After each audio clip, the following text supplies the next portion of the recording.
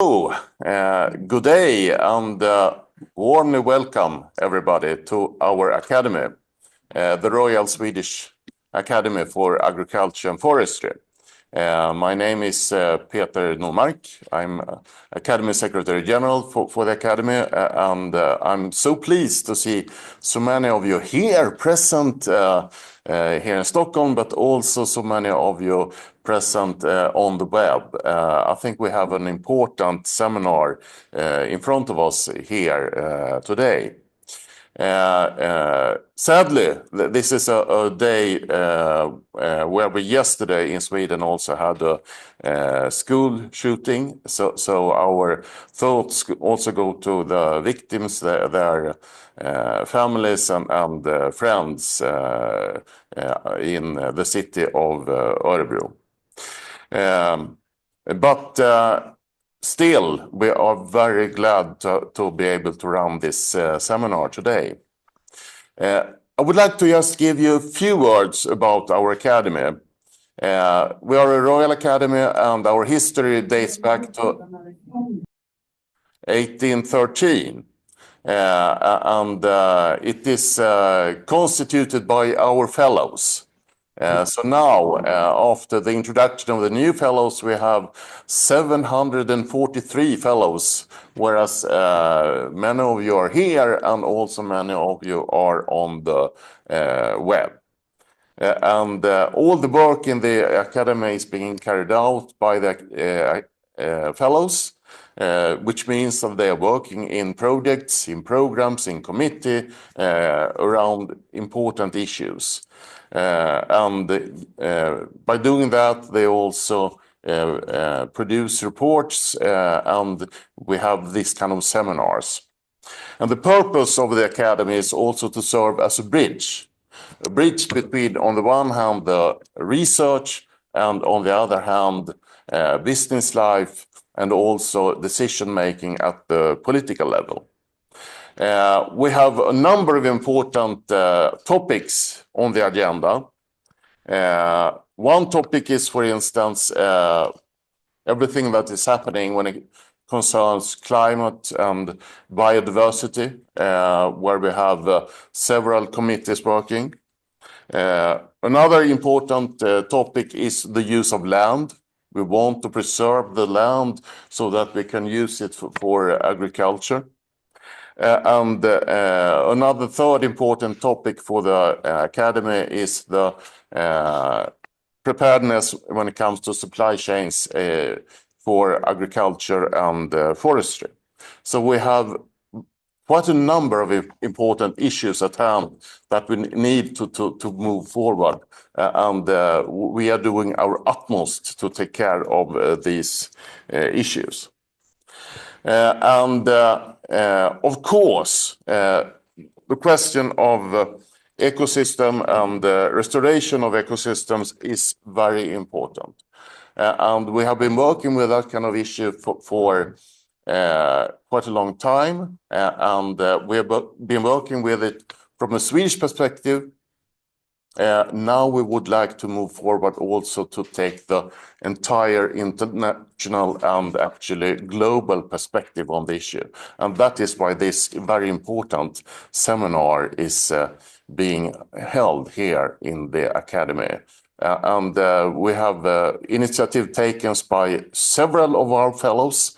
Anders Wikman has sent me, I think it's quite a number of mails to be sure that we are actually giving this seminar. So we are very glad that we are here now and we will be able to hold it at this point. So by that, I would like to wish you all welcome here, and I will give the floor for the moderators of today. And the moderators are Madeleine Fogde, a fellow of ours who has been working quite a lot in the academy. You will be able to present yourself. And also Professor Olof Lindén, who is also a distinguished expert in this field. We would like also you to tell more about all the speakers of the today and the agenda for today and how we will develop the format of this seminar. So by that, I wish you all welcome to a very interesting seminar. Yes, thank you so much. Yes. I am Maria Hude, and I am director for the SIANI network called SIANI, and we are also part of co-organizing this webinar seminar with KSLA, and I'm very happy to be able to support it. So I will ask you for some housekeeping rules. We are really happy to have you here in the room and to have you online. And we encourage you to prepare questions for the speakers already, and especially you online. Write your questions in the chat. Introduce yourself also, because I think the chat can be also a nice way of interacting. And then we will invite you when we have your questions, so you can ask. You can ask the speakers yourself. And we are recording this webinar, so and so it will be available on our web later on, so that you know that. And we will also collect presentations and make them available when it's authorized by the others and the speakers, of course. Yeah, and I would like to introduce Lindén, who is now retired, but is professor emeritus at the World Maritime Institute and has also worked in other universities in Sweden. And all of you are also another initiator of the seminar. So over to you. Well, You have to. okay, I think this discussion about having this seminar came up several years ago, and for various reasons, it was delayed because of people were very busy. Sweden was chairing the EU, and there were a number of other things that happened. But finally, we are here. The Academy has agreed to host this seminar, and I think we are ready to go. I want to introduce the first speaker, who is Anders Wickman, who is here beside me. Anders has been a member of both the Swedish Parliament and the European Parliament. You were also for a while Secretary General of the Swedish Red Cross and the Nature Conservancy, and you have been the president of the Club of Rome. Anders, please. So thank you, Olof, and thank you very much for being here together. We talk a lot about the climate crisis. Aha, there we are. So I start again. Thank you very much. We talk a lot about the climate crisis, but if we look at the public in general, I think most of them are not aware that nature is facing a parallel crisis, one that both aggravates climate change and intensifies with rising global temperatures. And the crisis is serious. We are totally dependent upon the natural world, but we are currently damaging it so profoundly that many of the natural systems are on the verge of breakdown. And as a collective, we don't seem to be aware or understand or caring enough about the consequences. Let me give you an example of where we are. We ourselves, together with the livestock we use for food, constitute 96% of the mass of all mammals on the planet. Only 4% is everything else, from elephants to badgers, from deers and elks to monkeys. And 70% of all the birds on the planet alive at this moment are poultry, mostly chicken for us to eat. We are destroying the biodiversity. If we continue this damage, whole ecosystems will collapse. And I recently reread the Dasgupta review, and if you question this, read it, because it's a very good compilation of where we are. The prevailing economic model is fundamentally designed to foster constant growth. The idea that constant growth is possible on a finite planet has been under question for decades. But so far, the economic model is staying the same.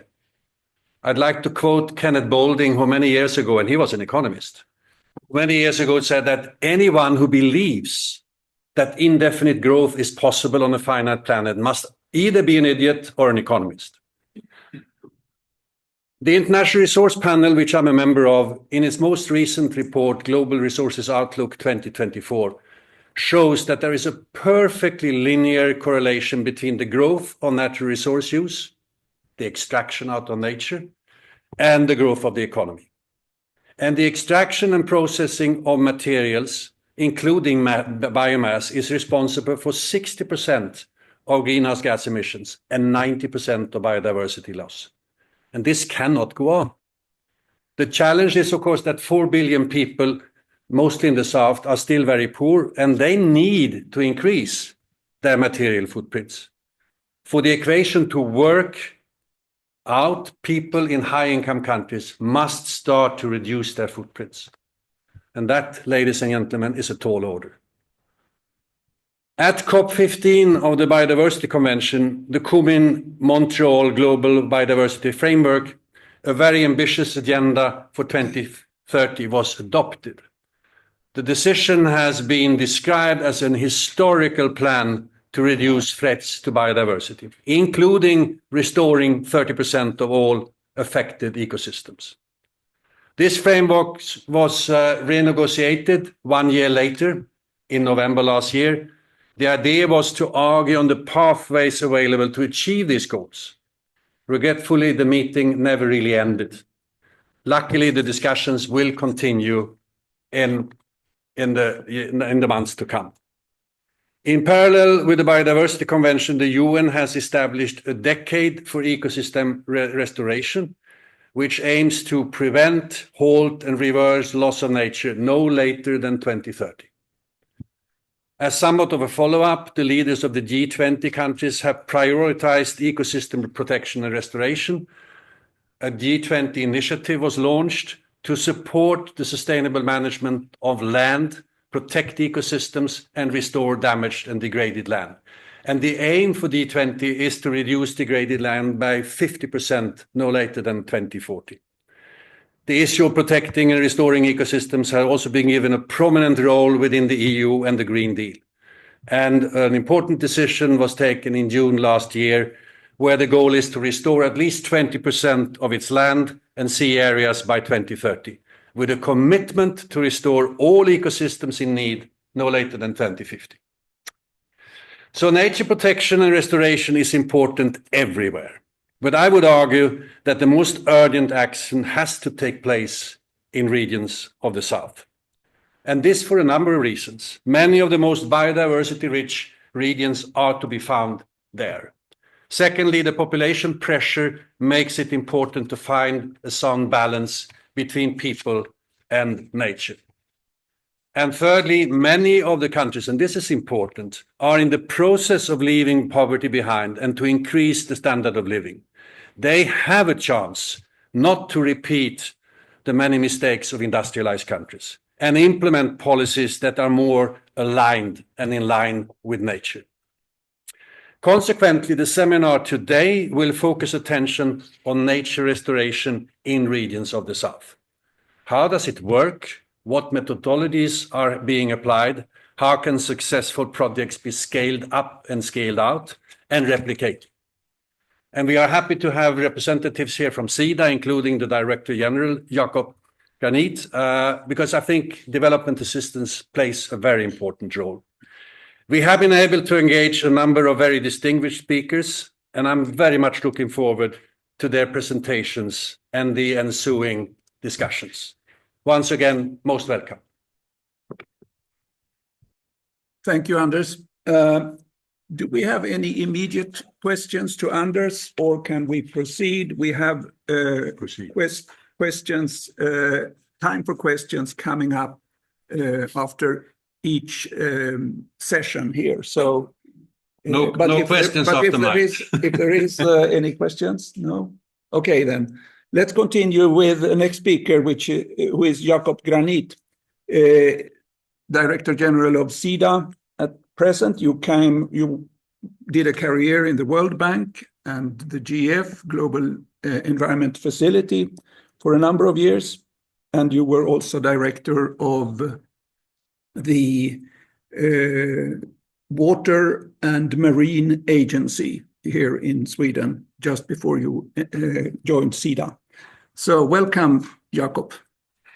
Thank you so much, Professor Lidén, and to the Academy for inviting me on behalf of SIDA to present some remarks at this very important conference seminar on ecosystem restoration for sustainable development.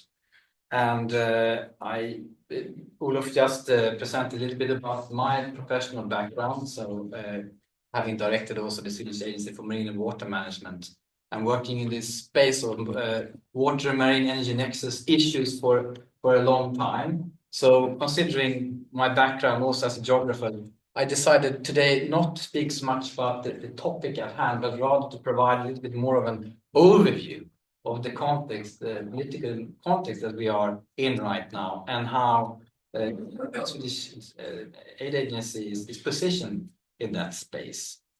So I represent today SIDA, as you heard, and directing its overall engagement in the development and humanitarian field, overseeing a budget of about 22 to 25 billion Swedish kronor. It's a bit fluctuating over the year. And this is a significant part of the overall budget frame of 56 billion Swedish kronor per year, and that Sweden is targeting for this area of humanitarian development. So this budgetary frame, it also includes financing decisions by the government offices, and this is particularly going to core support to the multilateral system, including the UN system. It also includes contributions to the EU's aid budget and also eligible migration expenses. So the budget frame is large, but just so you know, it's quite distributed the way it's managed in the Swedish system today. Important here is, as you heard Olof Lidén mention, the GF. Sweden provides significant and increasing funding to the Global Environmental Facility, also to the Green Climate Funds, UNEP, etc. So as we discuss this issue of ecosystem restoration, you need to bear in mind that there are multiple agencies that Sweden contributes to in this area that we also need to work with systematically. So the Swedish government, as you know, adopted the reform agenda for development assistance in December 2023. So it's been in effect a little bit over a year. And it's called Aid for a New Era, Freedom, Empowerment, and Sustainable Growth. So sustainable growth is important. It's also another strategy that's important for our work, and that's a strategy for Sweden's foreign trade, investment, and global competitiveness. And when you hear that, think about how that can mobilize additional financing for the work we are talking about today. The overall policy objective for development assistance is set by the Parliament, which is to improve living conditions for people living in poverty and under oppression. And then there are specific targets here that our government puts a lot of emphasis on, and that is, if we are going to contribute to combating poverty, it should be done through job creation, trade, and education on the one hand. Another important topic that the government is putting an emphasis is to increase more effective financing for climate investments, including biodiversity. So that's all about creating the resilient societies that are necessary for growth. I'm not going to highlight all these areas, but just to say also that the basic framework of Sweden's presence in the EU and globally is of course based on the human rights approach, democracy, international rules-based order. These are very, very important topics that we need to integrate in all our work as a small country dependent on a functioning global world order. We also manage a significant part of Sweden's humanitarian assistance, about 5 billion million kronor per year. And as we know, the demand for that humanitarian assistance is growing by the day, not only because of climate change, as we know, but of all the political connections that we see. So, considering the Russian full-scale invasion of Ukraine, obviously Swedish aid is now targeting quite a lot, substantial volumes that goes to support Ukraine. And in general, Sweden provide about 25 billion Swedish kronor in military support to Ukraine, and about 5 now increased to 6 to 7 billion Swedish kronor per year in the civil space, which all goes into restoring the damaged infrastructure, institution building, demining of agricultural lands, which is a horrible situation, which have a huge impact on the food system globally if the Ukrainian and food agriculture system is not working. So this is the overall frame, but Swedish aid is also managed by a number of strategies, and these strategies are set by government. So we live in a situation where we have government instructions that also need to be followed, that are put on each other, which means we are doing bilateral work in about 32 countries. We have also 8 regional strategies that includes issues of ecosystem restoration and resilient societies, and 12 thematic strategies. Overall, this is a framework about 300 goals that we need to manage as an institution in our development assistance. So it's a lot. Considering what we are seeing now, development assistance is very political, I would argue. There are so many ongoing crises right now that we need to address. I mentioned Ukraine, but everybody has followed, of course, this devastating situation in Gaza and Palestine in general. The moving geopolitical context in Syria, Lebanon, Sudan, Eastern DRC, Congo, just to name a few. All of these, many of these regions are either impacted by climate change or are food producers in one way or another. These systems are being destroyed. People are on the move.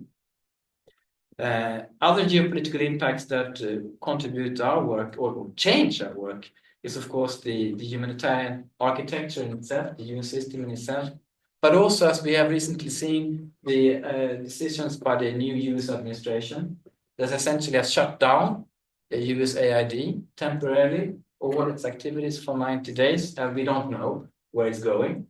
40% of humanitarian aid is through the US system today. So these consequences are huge.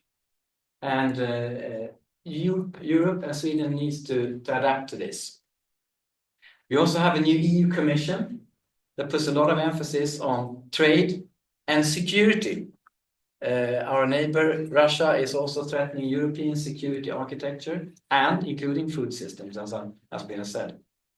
And European Union, we are part of the Union. We need to adapt to its of course, the topic of increasing European competitiveness in all areas, including in agriculture, and deal with issues of digitalization and AI. So it's a lot. The global architecture is challenged by many of the BRICS countries that do not accept the current world order, so it's challenged. And the question is, do we have the right institutions to tackle that? Also in terms of the topics that we have in hand here on sustainability and resilience. What we know is that the development partners that we engage with, they say, we want trade, we don't want aid. So this is a message that's there. They want partnerships, academic partnerships, institutional partnerships, investment partnerships. That's the important message here. They want to engage, but not necessarily through aid with different types of conditions tied to it. So it's a different situation, and we need to adapt to that. So just briefly, what are we then doing at SIDA? I'm outlining now a very complex geopolitical and institutional setup. But we have these opportunities to really work in a different way. So what we are doing now at the institutional level is to take a very strong geographic focus. So rather than being blinded by all these different goals and targets, we are saying, okay, let's focus on specific countries and specific regions, and do a much more in-depth political, economic, social, resilience, financing, threat analysis ongoing for all these countries that we're working in. And see who are our partners, where did the government want to go, and what have the government actually instructed us to do in terms of this broad goal framework I told about. The importance of this is that if we do not understand the political economic context professionally, we will not do the right investment. So the end of this would be what we call development offers for country and regions, where Sweden, through SIDA, work with partners, including at the academic institutions, obviously. But we would like to develop a system where it would be easier for you to address and work with SIDA, not through government strategies, but through geographic focus, country and region, and also have the thematic global architecture that we will also will deal with. So in this analysis that we're now embarking on, we will then need your input to make this analysis very, very stringent and adapted to the topic of job creation and growth and resilience. Otherwise, we will not have the partners in the global south that Wikman just talked about. They want partnerships, and we need to adapt our aid in that context. Use those limited resources that we have in grants, but also in guarantees and other models as a leverage for much more private sector investment. And just considering Swedish expertise in this area, it's strong, super strong in terms of agriculture, technologies, institution building, and so forth. So that's what we are looking forward to. And I think we see great opportunities to include in our country and regional analysis the topics of climate, the topics of resilience, the topics of food systems, so that we get a frame and where we all can come and invest in a much more concerted manner than what we have been doing. So I just shouldn't take more time, I think now. I'll just give you one example of how this can work. So in 2024, we decided on the largest ever regional guarantee for the Inter-American Development Bank. And a guarantee works that Swedish budget, state budget, AAA rating, is put forward to a regional development bank that can use that on their balance sheet. So we provide about 2.5 billion Swedish kronor. The investment then that is generated by that, the increased lending into climate, nature-based solutions, and in this case, in the whole Amazon basin, will be 4 to 5 times that. So that will drive investments, but it has to be done right. And the Inter-American Development Bank is a very strong institution, but we also have strong knowledge and leverage here that we can utilize and then engage in the downstream investments and the upstream political dialogue. So this is how we see, utilize our institutions, our limited aid budget to create the partnerships and to leverage much more engagement with Swedish institutions and the private sector and academia, of course, including our colleagues in the EU. So just to say, I could have held a totally different speech today, much more about the topic, at core. But my message to all of you now, we need to consider this changing geopolitical landscape and what role we can have, and especially prominent institutions like the academy. What role can it have in its dialogue with colleagues? So with that, looking forward to listen more to the substance of the topic, but then for us and my colleagues that are here, Louise and Mats, also for us to bring the messages home and see how we can integrate your expertise in war analysis moving forward. Thank you. Yeah, thank you. Thank you so much, Anders and Jakob. And if there are any direct questions to Jakob from you, or we can continue to the content. We are sitting here today.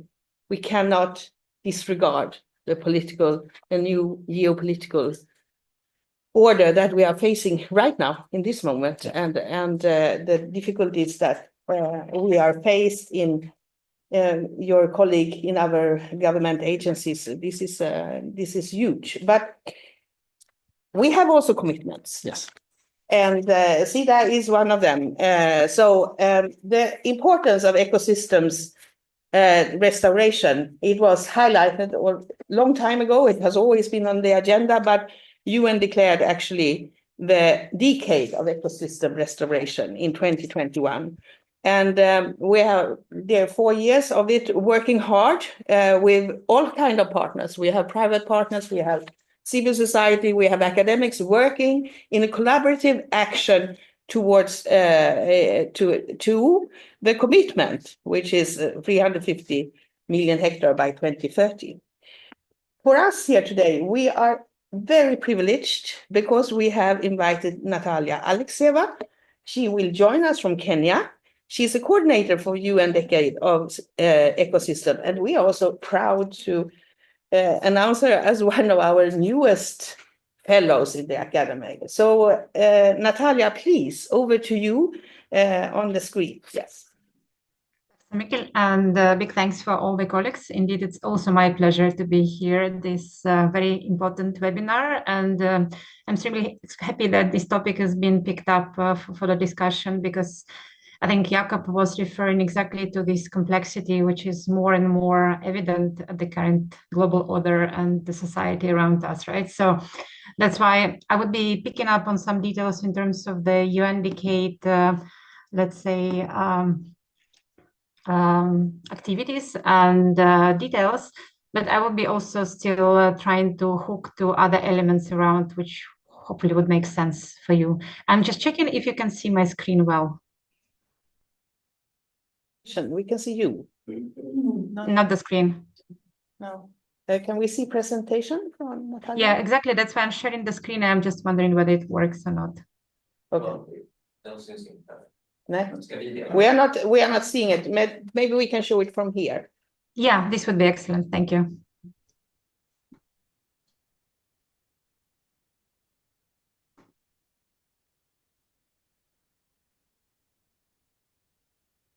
Yes, now we can see it. Please. Thank you very much. So the next slide, please. I would not go that much in the details because I think there have been already some references to the previous reports and all the background, but just to mention that indeed the decade was announced as a response to the compound crisis in terms of climate change and biodiversity loss.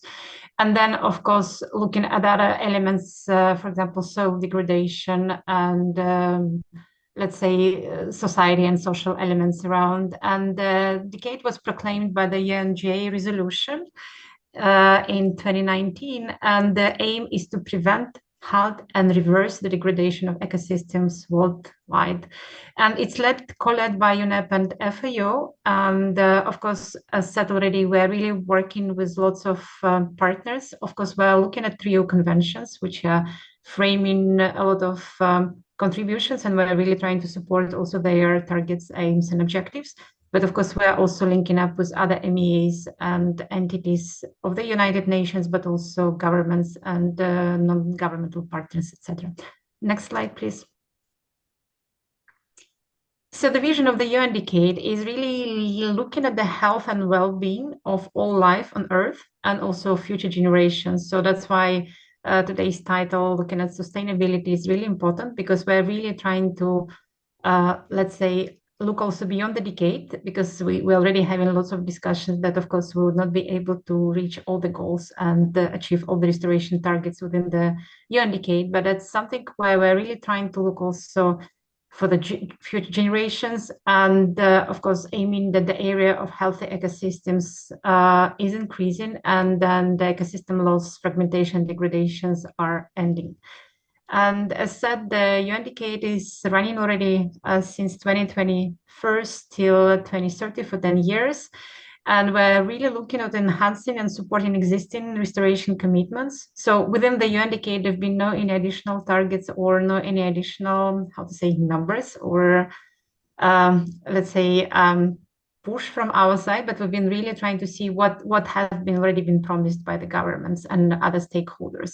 And then, of course, we are also hooking in terms of implementing sustainable development goals. And I would just have another slide a bit later on to show how it's connected to other topics and other development areas as well. Next slide, please.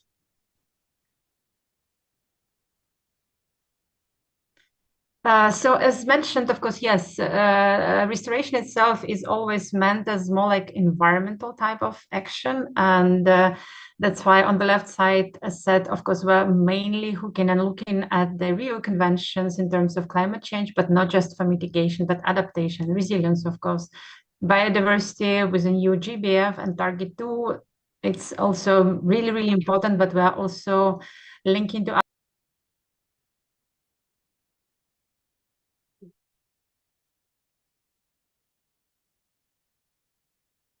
You are muted, Natalia.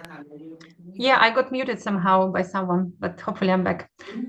So yeah, as said, we are looking at the climate change, biodiversity, but also it's really important that we have the land degradation elements coming in. And it's very nice to have Murali speaking after me because he can bring more links with LDN and the Global Land Initiative. And of course, it's also about pollution. Where you can bring lots of NBS like wetlands for wastewater treatment, etc., etc. For other sectors, I think there've been already references, and we're of course looking at the food security and agroforestry, agrobiodiversity, fishing, ecosystem services for local communities. But it's also very important to look in terms of bioeconomy and circularity, bioenergy, because restoration let's say industry, and I believe Murali is going also to bring a bit more insights from that side, that you can also really do restoration as not just a charity, but also as an investment and get the profits after this. Urban green, like air and water quality improvements, natural cooling, etc. And of course, health and recreation, which are also very, I would say, key for this. So that's very short in terms of setting of the activities of the UN Decade. And then the next slide, please. So the UN Decade is actually composed from 3 major blocks, which is a global movement, political will, and technical capacity. As a global movement, we work a lot with UN Decade partners, which are different types of organizations from all across the globe. And now we're almost 300 already. And this is done through the digital hub, awareness raising, a lot of discussions in terms of education, financing mechanisms, etc. We do work also in terms of political settings as a political will, this middle block. Looking at the champions, especially in terms of restoration champions, linking, of course, to other pieces of legislation and policy, because restoration cannot be done in the isolation or like in a vacuum. And then, of course, really important to look at the cross-sectoral dialogues, because we have just one land, which is used for different purposes, and the restoration is just one of these. And the final element, of course, all the subsidies and financial instruments, mechanisms, which are really, really important, also how to ensure sustainability and the investments. For the technical capacity, which is in the green block, we do work a lot with monitoring systems. For example, we have so-called FIRM, which is Framework for Ecosystem Restoration Monitoring, which is also supporting the Target 2 of GBF. But then we're also looking more and more how to involve different types of research and academic institutions. I think it was already referred also at the opening that we need also science, and we need to prove that restoration makes sense. And we have to get really clear in terms of the, let's say, monitoring and evaluation and data that we're doing the restoration right. So that's something which is also, I think it's been raised by several countries and partners around, also around the EU restoration law discussions. We do work also a lot with indigenous people and let's say other communities, but probably I'll skip this for now. Next slide, please. We have so-called task forces, which are more like technical arms of the UN Decade, and these are focusing on 5 elements. The first one is best practices, and this is really trying to see what are already good restoration practices and examples. and to promote them, of course, and a bit like have certain type of normalization in terms of linking to the UNDC principles. We're trying to link also to the, let's say, elements which can be multiplied and disseminated around out of these practices. So that's something to encourage also other implementers and other governments also to jump in. We have that task force on monitoring, as I was referring before. It's really important to prove that you have certain restoration in certain areas with certain results, certain indices, at, how it's also linked to Rio conventions, for example, GBF, etc., etc. Then, of course, it was already discussed, and I was referring to this. It's a lot of discussions on the financing, and that's why we have the finance task force. We have also re-energized the science task force, exactly trying to connect to all the kind of forward-thinking and academic sector and research institutions. And we have also youth task force, which is really linking more to the younger generation and how to connect also with other developments around the restoration in the global level. Next slide, please. We do have also the UNDC action plan, which is looking at different topics. I will just pick up a couple like business, finance, food, land use. And the idea is really to frame the activities after, within the UNDC into this action plan to be more concrete, what we're going to achieve by the end of the UNDC.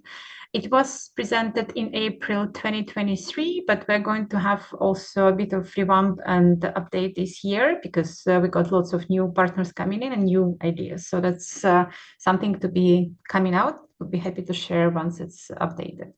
Next slide, please. And what we do also, which is also quite well known, we're picking up the best examples of restoration, which are so-called flagships. And this is mainly large-scale restoration in different types of ecosystems. And this is to be based and linked to 10 restoration principles of the UNDC. I would not go also too much in the details, but then you can also find all the information on these flagships. Currently, we have 17, but more to come within this year as well. So watch the space as well. Next slide. And as a financing, we have so-called MPTF, which is Multi-Partner Trust Fund, currently supported by Germany and Denmark, where we're also, of course, looking for other contributions and supporters because it's a lot of interest and, of course, a lot of demand to work mainly in developing countries, as it was already pointed out as well before, linking to the development assistance, but, of course, to climate financing and biodiversity. And then the last slide. I'll try to save some minutes for discussions. In terms of opportunities and where we're going. So now we're really trying to see what do we do different or where we're kind of changing our direction for the next 5 years, because now we're almost like in the meat of the UNDC. And we can already say that something has been working well somewhere we were not that strong and maybe we have to change something. So that's the current processes. We do have quite a lot of interactions in terms of global events and advocacy, and it's, of course, linked to the COPs, which are Conference of Parties. And last year, for example, we were quite visible in CBD and CCD COPs, but we're also trying to see how we link better to other agendas and other topics. And then something which is coming, I think, where we have to actually push more in terms of interaction. And also, that's why I'm happy also to speak today and see what would be your feedback and ideas. We're trying to work more with regional and national actions because so far we were more focused on the global level because it's UNDC. But of course, the most of action and the practical action, of course, is happening on the ground. And that's why we were also starting to discuss how we connect better to the EU restoration law, for example, but also to the national plans, which this law is going to require, and other developments, because we really need to work all together in a way of moving the action, right? So that's something which I think would be good to see your feedback on ideas. As said already, we'll be updating the action plan in case we miss any topics or any important things, let us know. Also, we're looking forward to be as comprehensive as possible, of course. We are still growing in terms of the partner network. As said, we're quite many, but we are not yet fully covering all the countries. So we're trying really to avoid so-called white spots on the map. to get more partners from different countries. And these are also the links to the events, and we have lots of materials and publications. And probably you've seen already, we have the tag, social tag, which is Generation Restoration. And it's pretty active because we have very active communication team, and we're working a lot on the public awareness. So I'll stop here and feel free to ask for any questions. And then I'll try also to look at the chat and share the links for things I was referring to. Thank you. Much, Natalia. We are a little bit behind in the schedule, so we have decided to collect the questions. We have collected already to your notes, for example, but we will come to that a little bit later because we have some speakers yet to come, and we are super pleased to welcome Clarisse Steven from the Swedish EPA, and she is participating in the COP, and she is also now working, trying to, yes, what should I say, to increase the consistency and improve the efficiency. So there's a need to join and see how we can achieve the goals in the different COPs simultaneously. That was not very clear, but anyhow. Let us welcome Clarisse, and she will explain for us. Please here. Thank you, Madeline. Am I heard from here? Yes. Great. It's not easy explaining synergies. I fully understand. I'll see if I can recuperate a little bit of the time by speaking quickly, but tell me if I speak too fast. The invitation to this webinar today posed a question about how we work on issues related to the preservation of ecosystems and how we work, or how the work can be carried out.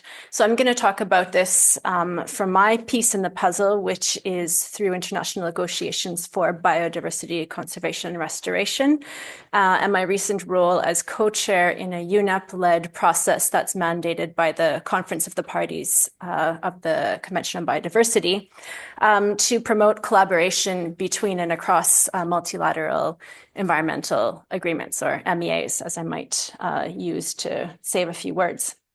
Like the Rio Conventions. We could talk about many more conventions, but I've limited to that because, well, we have 7 minutes and we need to try to be a little bit effective.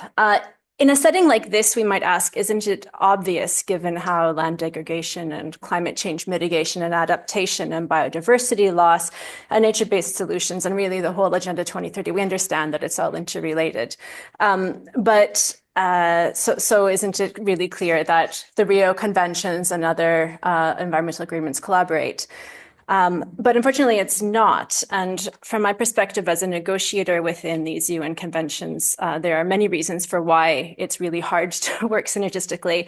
But 2 important reasons are, first, institutional inflexibility. We've built at Rio in 1992, we've built these silos, and we work on one and we work on the other. And as a negotiator, even if I'm the same person sitting within the climate convention and the biodiversity convention, I have no way of telling the other Conference of the Parties to engage with us, or even inviting them. We have to do it through the executive secretary of the convention. So it's an international legal order. It makes sense to some extent, but it makes it very difficult to say, look, UNFCCC, you aren't helpful by establishing monocrops. It's impeding our ability to achieve our biodiversity goals. Really, we need to work together. A second reason why it's difficult to make this happen when it comes to implementing is that there is a perceived perverse disincentive to implement projects, design projects, seek funding for projects synergistically, because of this perception that we might get less funding, less money to do it. And whether this is a perceived or a real problem is maybe more than we can discuss here today. But it's used as an argument against implementing things more synergistically.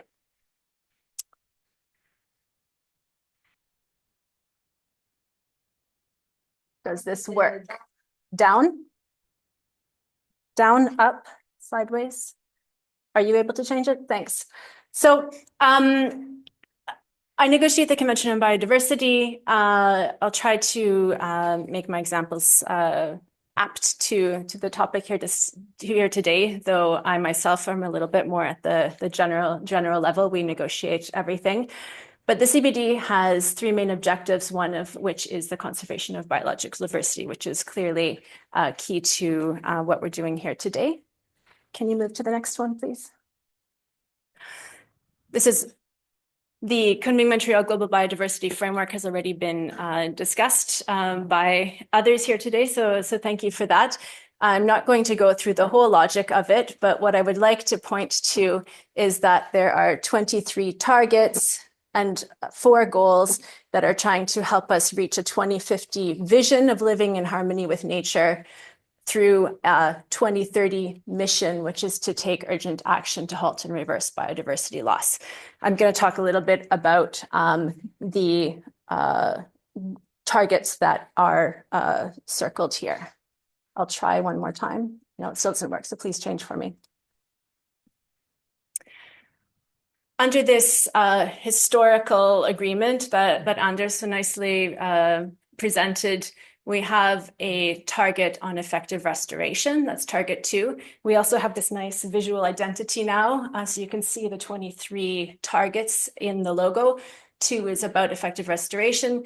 3 is what was dubbed as the 30 by 30 goal. That is to effectively conserve 30% of terrestrial and 30% of inland water areas and marine and coastal areas by 2030.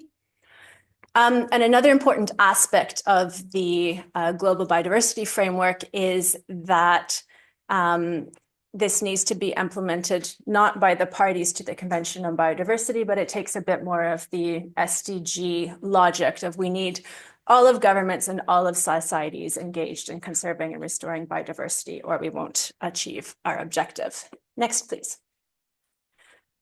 Also relevant to the topic today is the 10th target on sustainable management of ecosystem functions and services. Next, please. So under the Convention on Biodiversity, we've said we need not only governments, but all parts of society to work together on this. There's a standing agenda item on cooperation between multilateral conventions. Many international conventions have a similar objective. And at COP15 in Montreal, when the Global Biodiversity Framework was agreed, there was also a decision to pursue a process that had already started called the Bern process to continue to strengthen cooperation and collaboration among biodiversity-related conventions. And this was entrusted to UNEP to manage, and myself from Sweden and a co-chair counterpart from Mexico were asked to hold this process together over the past year. And then the call was taken up. These are just examples by other multilateral agreements saying, yeah, we also think that it's important to collaborate across conventions. Please proceed to the next. UNEP did this by calling a conference that took place exactly more or less a year ago and framed it through how do we collaborate in order to implement the ambitious global biodiversity framework by 2030. Next, please. The conference had a bunch of goals. One of them that I'll emphasize is to create a community of synergy champions, to find people in academia, in implementation, within bilateral, multilateral financing institutions, and of course within the conventions themselves, who will champion the idea that we need everyone to be contributing to the goals of the GBF. Next, please. Just to show who was there, it was, of course, the Rio conventions, but there was spots for 5 country representatives, so 5 negotiators from all MEAs who wanted to join. Sometimes there's a critique that these processes are quite closed, but really there was a a quite transparent process and a wide participation from multilateral environmental agreements and also from civil society major groups that are active within those agreements, because we see that really it is academia and NGOs and private sector and all those who need to be involved. Time, please continue. There were a bunch of conference inputs. I'll go through this really quickly. One of which was the UNEP WCMC did a cross-mapping of us. You can go to the next slide, of the targets of the GBF mapped to the convention. So maybe what's interesting here is if you look at the, say, UNCCD, because I think we'll be hearing from them next, we see that targets 1, 2, 3, 22 and 23 of the GBF are directly linked to the UNCCD, and the UNCCD provides information that also contributes to the indicators and monitoring and follow-up so that we know that we can implement the GBF. Next, please. This shows something similar at the indicator level. There's a fairly complex and detailed indicator set that's being established, and you can go on. Some of the key recommendations, I'll focus just on one, which is that we need to help the different conventions work together. All of the Rio conventions had conference of the parties at the end of last year, so it was really a chance to get them to work together. Next, please. The concrete example from the CBD negotiations was an agreement on climate change and biodiversity, which after 8 years, we managed to get an agreement on. I co-chaired it together with my counterpart from China. So while I think Jakob Granit was off looking at really lovely waterfalls, I was sitting in a basement somewhere trying to get this through, but we managed to, and this is just my last point, is that it's baby steps, building one on one, but you can actually get conventions to work together, because now we've mandated the executive secretaries to actually call some sort of expert workshop in the coming year so that the CBD and the climate change convention at least can speak to each other, which sounds like a baby step, but it's a sort of moving a mountain for our perspective. I'll stop there. Thank you.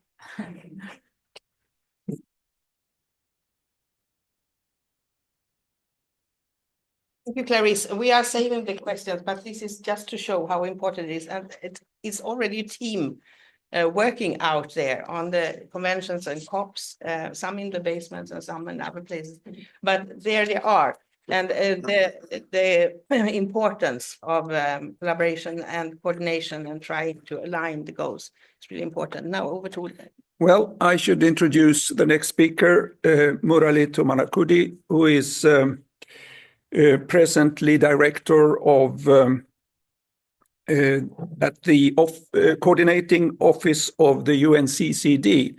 For many years before that, before you joined UNCCD, you were head of the environment disaster branch or post-conflict disaster branch. You changed names a few times, but you were in the field under difficult circumstances, and quite a few times I was trying to cover your back, and you should see the scars on my back, but you should also look at his back because he also has several scars. So Murali, please. Thank you, Olof. It's always a pleasure to get back in touch with you. I also want to thank the Swedish Academy for inviting me to this very interesting session, and I am profoundly impressed by the lectures of the distinguished guest before me. I want to start by expressing my condolences at the terrible event which happened in Sweden yesterday. And today I would speak about the G20 initiative on reducing land degradation and enhancing conservation of terrestrial habitats. I will try for a minute if I can share my screen, and if it works. Are you able to see it? Yes, yes. Okay, fantastic. So we like to call it a land of opportunities. from a land of frustration, but that's just a marketing thing. But the background to the Global Land Initiative is very obvious. I don't have to state it too much. 70% of world's land has been touched by human beings, and about 25% of that has been degraded, be it in agricultural land, be it in forest, be it in rangeland. And close to 270 million hectares of land has been taken over for human habitation, and 20 to 50 million hectares for quarrying. So we have created a huge land footprint in the world. The G20 Global Land Initiative come in that context, with an objective to achieve 50% reduction in degraded land by 2040. Now, there are 2 points of interest here. Number one, even though it's a G20 initiative, the commitments which the G20 made is a global commitment, which by implication is that the G20 will then support other countries to achieve this commitment globally. That's why we are very happy to work with the Decade for Ecosystem Restoration, where we are leading the land challenge along with 150 other partners. And even though we call land initiative, everything other than oceans is included. So the wetland is part of our configuration of land restoration. Now, as you know, this is not the first global initiative for land restoration. Starting with the Bond Challenge, we already have a number of global initiatives. The Bond Challenge alone committed up to 350 million hectares of land to be restored. And in 2024, we made a compilation of other global commitments for land restoration. Under the UNCCD, land degradation neutrality, there is already commitment from about 125 countries to restore 620 million hectares of land. There is commitment under the UNFCCC process, if I recall, about 200 million hectares of land to be restored. The new Kunming-Montreal Biodiversity Protocol, as was shown by my predecessor, have a number of commitments and target for land restoration. Target 2 in particular, which is 30% of ecosystems under effective restoration. The national commitments are still coming. Yesterday we were reviewing it, and 115 countries have now come out with their national commitment, and the analysis is ongoing. So commitment is really not the issue. Collectively looking at, we found that 1.19 million hectares as of September last year, 1.19 billion hectares, so 1,192 million hectares of land to be restored as of September last year. So commitment is not the issue. But clearly, land degradation is still ongoing. So this is where we started our analysis as to why is that, in spite of number of initiatives, in spite of number of commitment, we still have ongoing land degradation. And the number one reason we found is the absence of national legislations. Till the EU legislation come into force, there is no comprehensive national legislation for proactive land restoration. There has been sectoral legislation, especially in mining, sometime in forestry, sometime in agriculture. There has never been comprehensive national legislation on land restoration. This is a major constraint because international commitments are made, but not followed up by national legislation, national budget, national programs, or action on the ground. As always, finance is a major issue. The latest analysis from UNCCD, which was presented at the recent COP, said that it will cost about $2.8 trillion to achieve land degradation neutrality.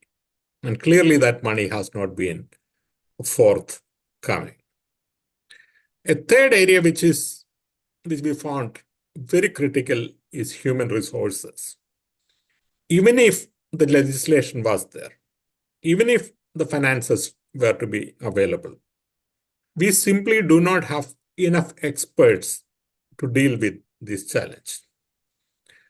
The Society for Ecological Restoration is the oldest grouping of technical expertise, existing for more than 30 years, still have less than 10,000 members in it. What we probably need is 1 million experts to deal with the type of challenge which we have, which currently we do not have. And finally, we lack private sector engagement in this topic. As Natalia mentioned, restoration need not be seen only as a philanthropic activity. It could also be a profitable activity. It could make sense for an agricultural company to invest in restoring their land, to increase productivity and make more profit. So, absence of a private sector engagement was another constraint which we found to be controlling the rate of land restoration. So this is where we worked on our theory of change. We focus on 3 core end goals. Number 1, try to have at least 100 countries in the world with a national legislation on land restoration, similar to what is there in Europe now. And try to get at least $1 trillion new into the system and have at least 1 million new experts trained in the next 15 years so that land restoration can become global and more scientific. And we do this by some specific actions. And number 1, and this is something where we would like your help, we have a global program for parliamentarians. Every year in summer in Bonn, we invite parliamentarians from around the world to come and talk about the challenges of land restoration and legislating a solution in particular.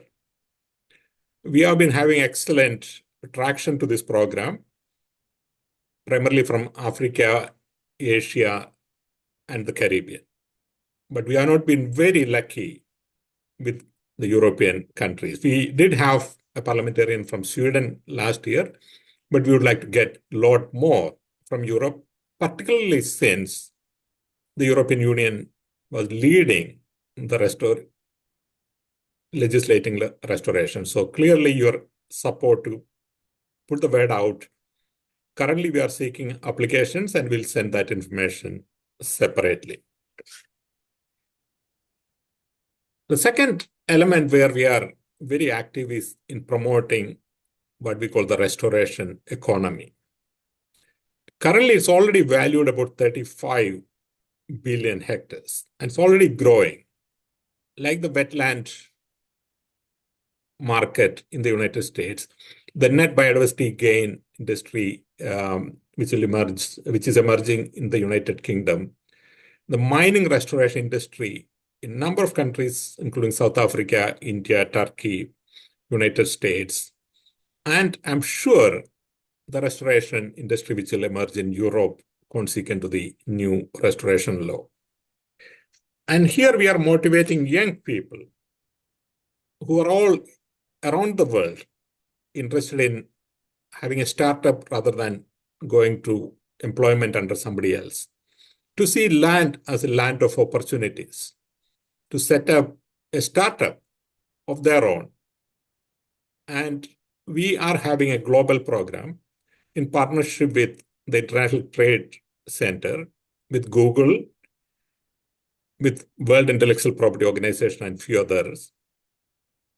We are looking at people who are already set up such industry. We work with Musharul Hassan in Bangladesh, who work with improving agricultural land productivity in Bangladesh. We work with Makwena from Mozambique, who work on improving land quality by improved waste management, and 100 other people in the first cohort. This year, we'll be going for the second cohort of 100, but then beyond the third year, we go regional with a view to reach 10,000 young people who have already set up business on land restoration and hope that they will then grow into $10 million business, $100 million business, and maybe a unicorn one day. And we empower them. And in terms of scaling up our capacity building effort, we are working with global universities. Our target is to reach 1,000 universities who are teaching agriculture or teaching forestry, urban land management, mining, and to penetrate their curriculum so that every graduate of agriculture, of mining, of urban planning, or forestry coming out from any university in the world have not only the productive use of land, but also the restorative element of land in their curriculum. So that over a period of time, we have hundreds of thousands of graduates coming from these institutions who would be employed in those sectors, in banks, in multilateral institutions, in legislators who go into parliaments, so that we have a critical mass of experts who will change the game. I think I would conclude at this point and also say that we are open to collaboration from all sort of institutions. As I said, we are already a partner of the Decade for Ecosystem Restoration. We have about 150 partners already. Starting this year, we are also going to promote other countries to join the initiative formally. We'll put a system in place. So we are looking forward to collaborating organizations in Sweden, but also around the world, but also countries around the world. Thank you.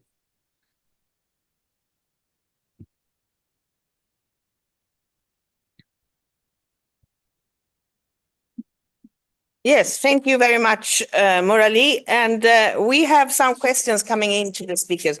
So we will take those questions, and then we will have a short leg stretcher here, and we come into the more practical applications and cases from the world. But Jakob, we transmitted some very spot-on questions. People are interested, where are you working now and how? Maybe. No. Yes, I got two questions here, but I can't resist having a little reflection on our previous speaker, which was terrific theory of change. The issue I was thinking about is land ownership and access to land rights. That's something critical in this space. We know there's so much public land, unclear land ownership going on, and this needs to be addressed to make this investment that you're talking about happening.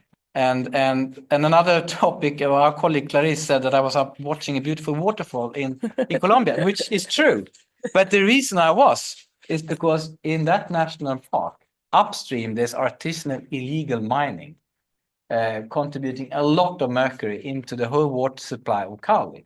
So Sweden, through its partners, have been investing in moving these artisanal miners out of that business into formal mining, which is the solution from an economic perspective for them.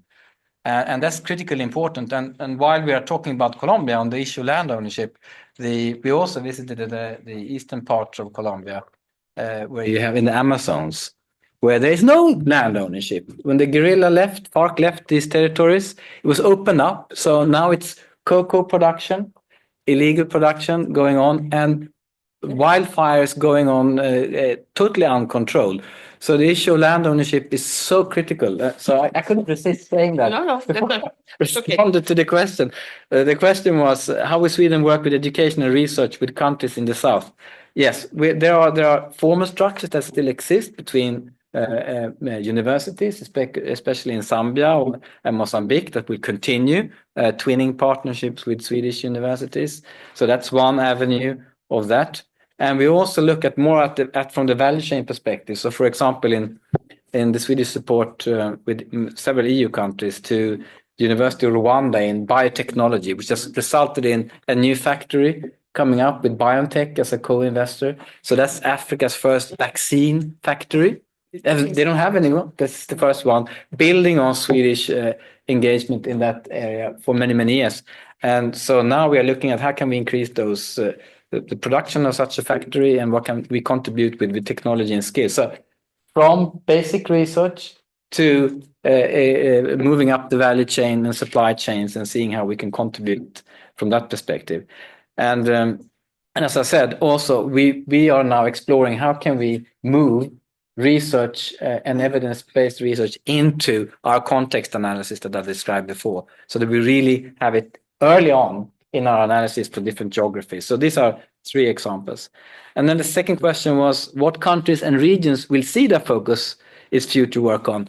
And this is an interesting question because SIDA is a government agency. So we focus on those countries that are a government pinpoint and want us to work in. So we are now, the government aims at about 30 countries where we have strong bilateral partnerships. I can explain. We have a list of all those, of course, the traditional ones. Put it in the chat. You can put it in the chat. Yes, we put it in the chat. It's in Latin America. It is in Eastern and Southern Africa, of course. A little bit in Senegal, growing, Liberia on the west coast, West Africa, and then countries like Bangladesh and so forth in Asia. But then there are also regional strategies, and as I mentioned, thematic strategies. And those thematic strategies, they are now opened up, which means that, for example, there's one most likely coming on green economy and growth. That one will be through that strategy. Sweden can work in multiple countries, Indonesia, Nigeria, and so forth. So the space is opening up a bit. Traditional bilateral countries, more focused, but then open up for investments where there are opportunities. Thank you. So these were the 2 questions. Yeah, good. And we have good questions here. Natalia, you saw there was a question in the chat. Maybe you have prepared a reply to that. So the question on the reports, whatever, I just put the link, but if there have been any other elements which I missed, just let me know.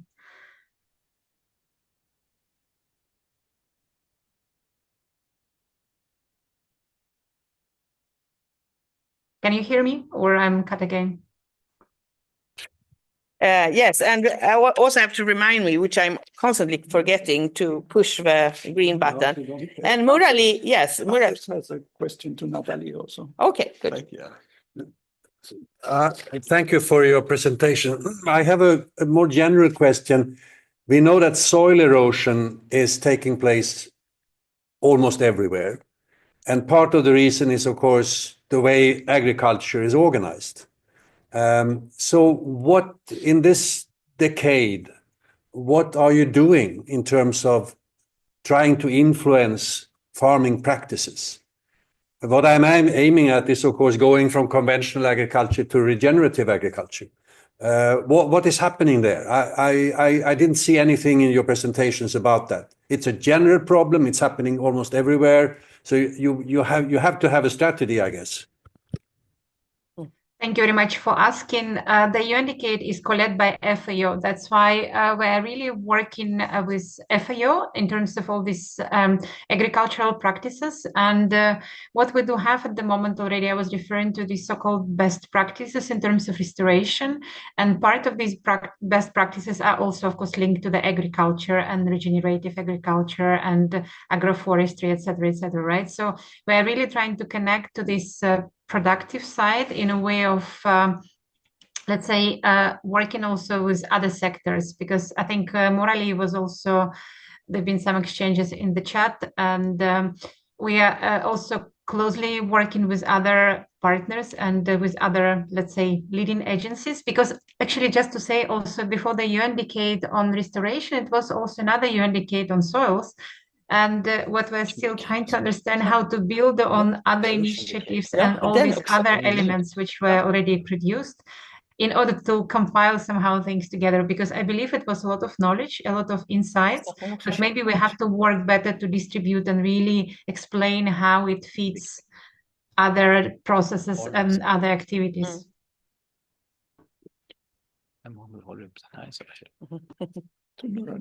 Yes, Murali, we have also a question from the chat here, from the colleagues out in the room.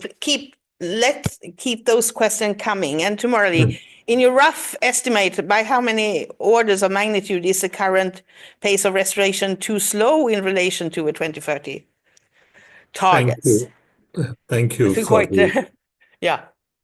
Thank you for the question. Very, very challenging. Before that, I want to thank Jacobs for the kind words about the theory of change. And I did not elaborate on the point about the land tenure. When we look at all this commitment from various countries, this is our biggest headache because we don't know whose land countries have committed to restore. And if restoration is being pushed, then there's a right-based issue there as to whether government to meet international commitment go into community land and do restoration. This is challenge number one. Challenge number two is that something like a grassland is often seen as degraded land and a place to plant trees, which is very popular among both countries, leaders, and donors. So you alter the ecosystem, the name of restoration, in common land. So there are these problems which we are very aware of, something which we are working on. I didn't elaborate on that. The other issue about quarrying and mining is something which we are very actively involved in because we think mining is probably where we have the lowest hanging fruit because there the restoration don't have to be profitable in itself. Mining is profitable. They can deploy the resources to do the restoration. And in almost every country, there's a law which mandates that. It's just that's not being followed up.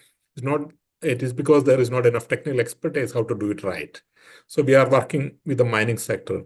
Thank you for those questions.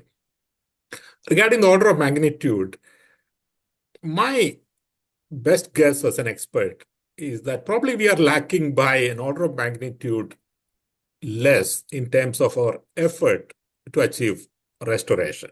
So if you look at the entire range of trackers for land restoration, starting from Restore, which is the global wiki of restoration, the framework for ecosystem restoration monitoring, the restoration hub, which has been recently put, the IUCN contributions to nature, etc. We are still an order of magnitude below the commitment in terms of achievement of restoration. On the other hand, degradation is still continuing. So it's not even like we are not even starting from a stable baseline. So collectively, we are probably quite bad. And I would, hazard that maybe we would put 2 orders of magnitude in terms of the net effect if we were to go business as usual to 2030. Thank you. Thank you so much. Now, I continue to encourage you to put questions in the chat because even though we might not bring them up here, our speakers can answer them and we can compile those answers and share with them after the seminar. So we will answer to all questions, even though we miss some. We will, did you want to have a question also, Anders, or can we take? Yeah, okay, fine. So let's have a short break in the room. And yeah, I see that. So yes, Maria, please. Just a very short comment is that, I mean, SIDA has been contributing to brilliant restoration programs during the years, like, for example, via agroforestry. I'm actually here for WWF now, and we also work with brilliant restoration programs. But I just wanted to highlight also via agroforestry. When you look at satellite maps, parts of Kenya, for example, well, via agroforestry has worked for many, many years. You can see it as green corridors, and the programs has contributed with local partners to women-led small-scale agriculture, but that has delivered both on biodiversity, climate change, livelihoods, and so on. And I just wanted to highlight that. I mean, Bolager, you are one of the people who has worked with that as well, but I think there are many people here in the room with great experience of and knowledge of successful programs that we as a Swedish team Sweden can showcase. And then I can say many things about WWF's work as well. And we, of course, prioritize ecosystem restoration very much as well. But I can leave that for later if it's time. Yeah. Our lunch and we can continue.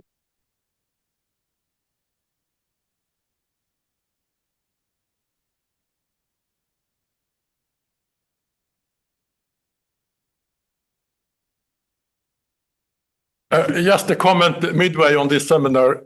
I mean, you have to remind us that success is not to be achieved until we see it on the ground. And whatever we discuss here, you have to take that in consideration.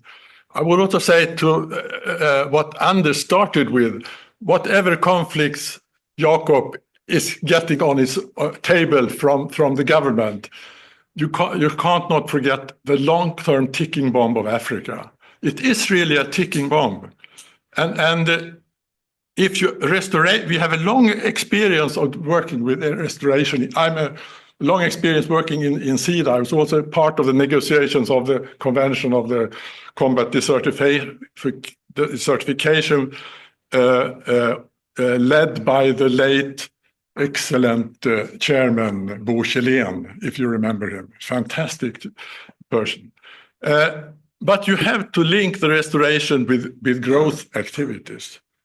And we managed to do that quite a lot in the African context. Not we, the African countries did it, where they started with restoration, but it ended up with farm management in order to get incomes to the farms.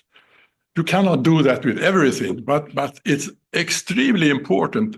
I mean, you will never get the success on the ground if you don't link it to that. And you can have whatever government and UN agency discussing these things. If you don't reach that stage, you know about it, but we can discuss it forever, but thank you. Let's be practical. Thank you.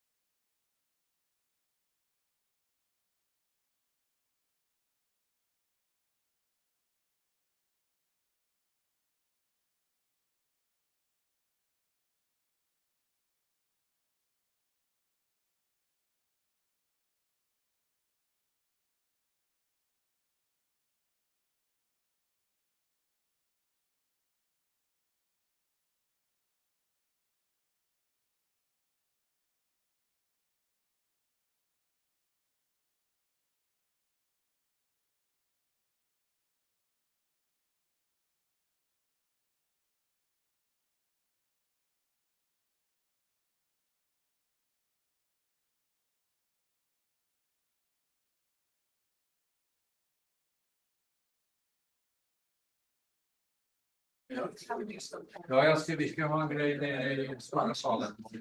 Jävla bra.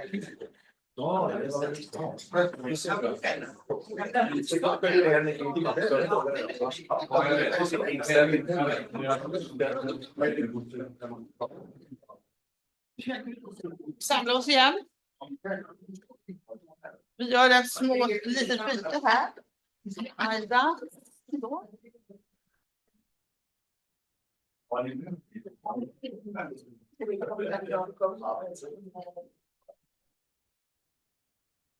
And your name tag. Ser du något som inte? Nej, jag vet inte. Det kan jag säkert göra, men det var en hel massa. Sätt oss.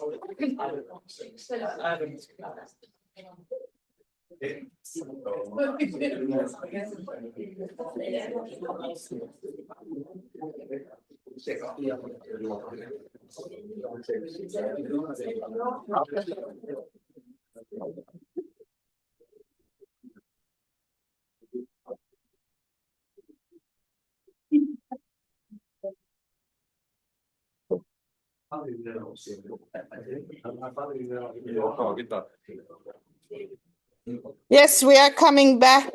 So you that are following us online, we're trying to come back into the room. So after a session on a very high level, we are now going down to more on the ground, where action are taking place and where research are taking place.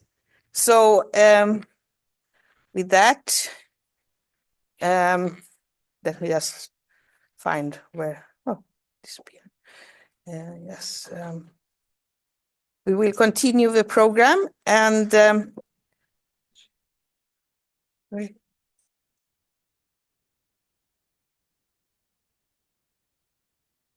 yes, it is now my pleasure to present for you Professor August Timo, one of our esteemed fellows here at the Academy, who is based in Tanzania. So we're going down to Arusha, and he's professor at Sokoine University, the Agriculture College of Forestry, Wildlife and Tourism. And he will give us now a contextual presentation. What are the basic challenges and opportunities in this part of Tanzania and neighboring countries? August, over to you, please. Thank you very much. I must say I've really enjoyed all the presentations that have gone through.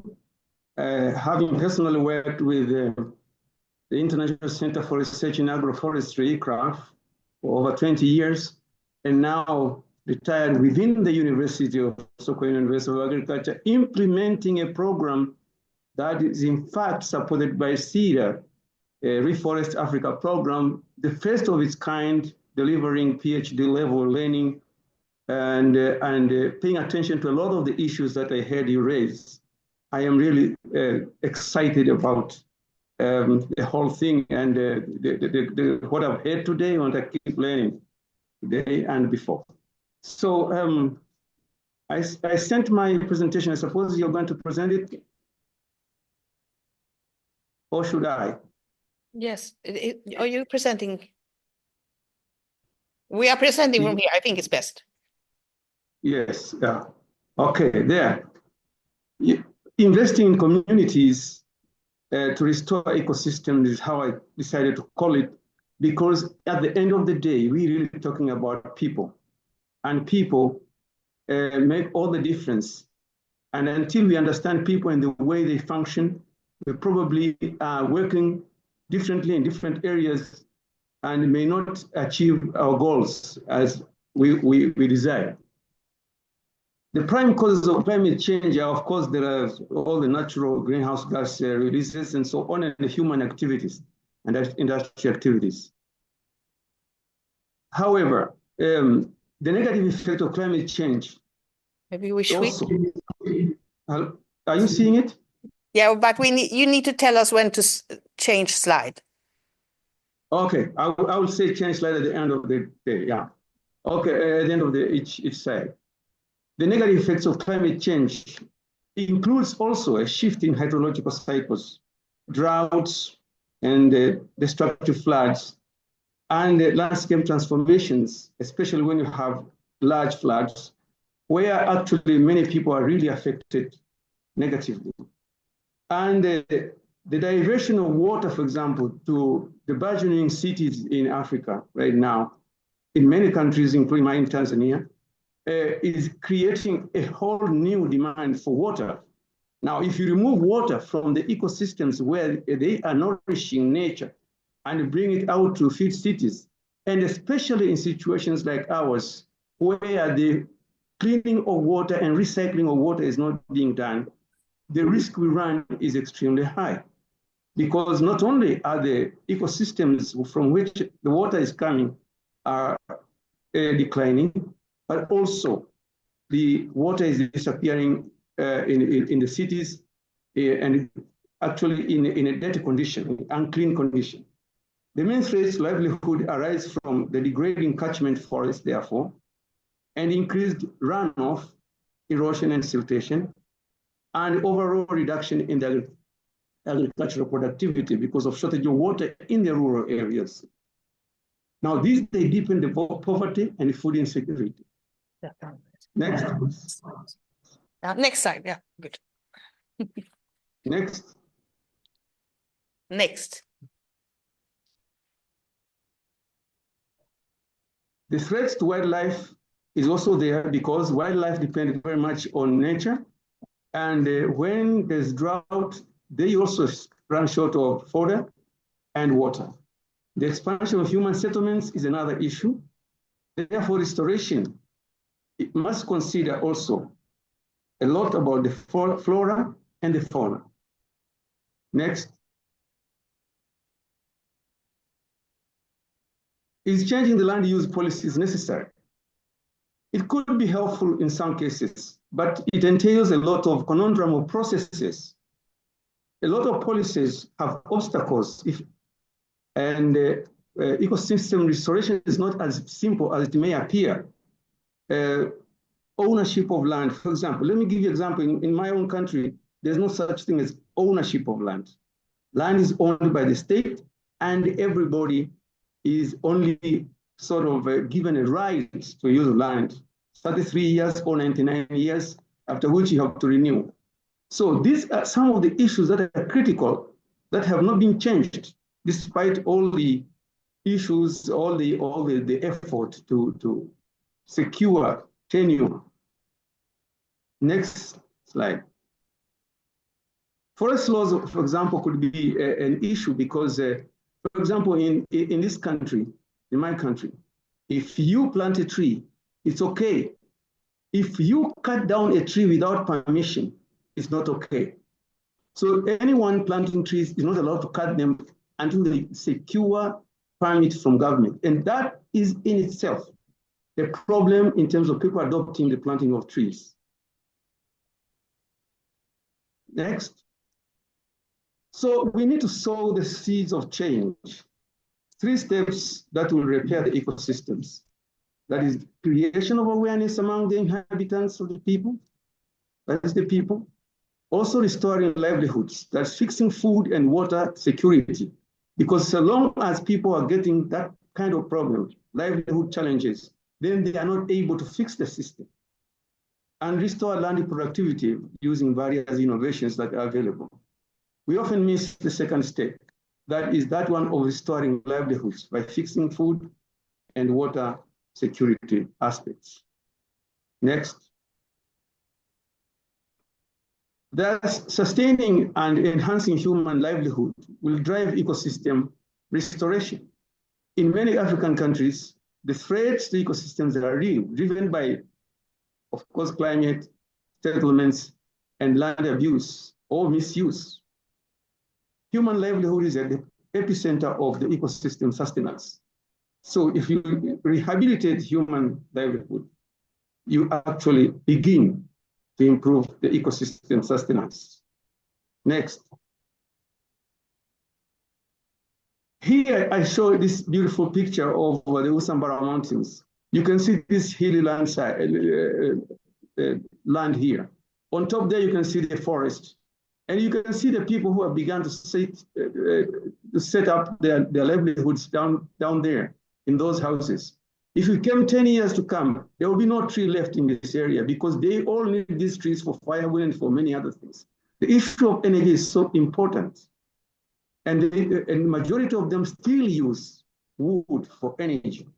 And therefore, the risk is so high on a landscape as precarious as this one, where you have a lot of people settling and increasing and eventually forming small towns and abstracting water from the forest, thereby actually draining the water that would actually nourish the trees.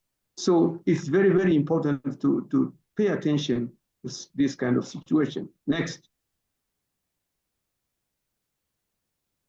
Next, please. I'll jump that one, please. Next. Urbanization. Sorry, I'll go to urbanization. Yeah. Urbanization is a real threat to ecosystem sustenance. In urban areas, we have very fast-growing small urban communities, and they have a huge demand for water. And water is being diverted, like I mentioned earlier. Now, water purification and recycling is important. But urban forestry, and that's the area of emphasis I would like to put. Training in urban forestry is very, very important. It's not taking place now in any of the institutions I'm aware of in Africa. No serious courses that really introduce urban forestry so that people in peri-urban and urban conditions are also contributing to the reforestation or even making parks for the urban communities.